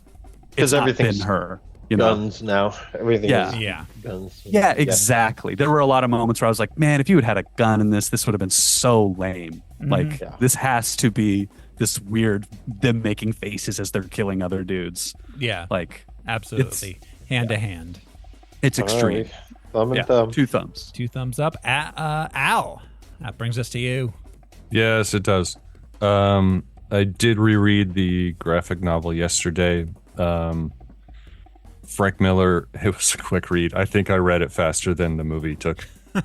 But Frank Miller, despite historical inaccuracies, made an interesting story out of it. Zack Snyder made it cinematic, added elements to make it more of a movie. Thumbs up. All right, Al's going up. And yeah, I basically agree with most of those points. There's a reason it made like almost $500 million. Like it was an entertaining film, and it looked good, and it looked like we hadn't seen that before at that point. True. So yeah, I'm saying up as well. So 4 up for 300. Since you mentioned what it made again, it made 7 times its budget. Over 7 times. Yeah, humongous Wow. hit. Humongous. And who knows how successful much money they made on plastic swords and shields and tunics and shit. And giant pits. That Halloween was insane. Sparta outfits, just a cape, a leather strap, and some leather undies. I dressed like Caesar that year because I didn't have a costume, so I was like, I'll just wear a toga and like a little I've done that. grass Exactly. thing on my head. I had the rope sandals, and I had so many people hail Caesaring me. It was the weirdest shit I've ever experienced. Yeah, that's like funny. I did the dozens same. of people that Halloween. Yeah. And I didn't And even then think about I would always 300. be like, yes, hail season and all of that. Yeah, exactly. I'm like, oh, yeah. Just like Healthy running past there. people. Healthy, huh? So- Alrighty. yeah, so that is it for 300.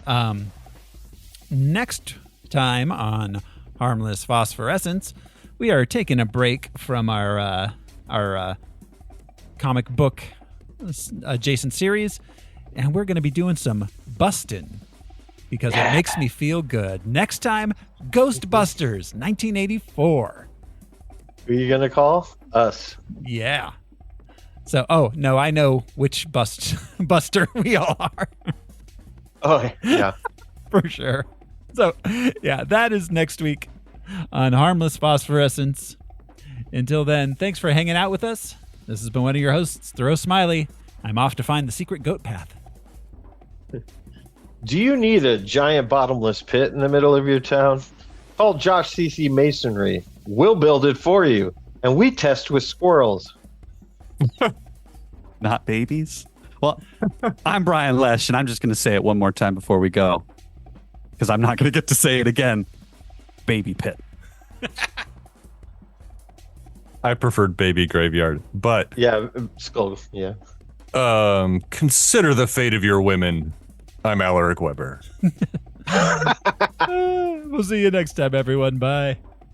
And that's a promise for now.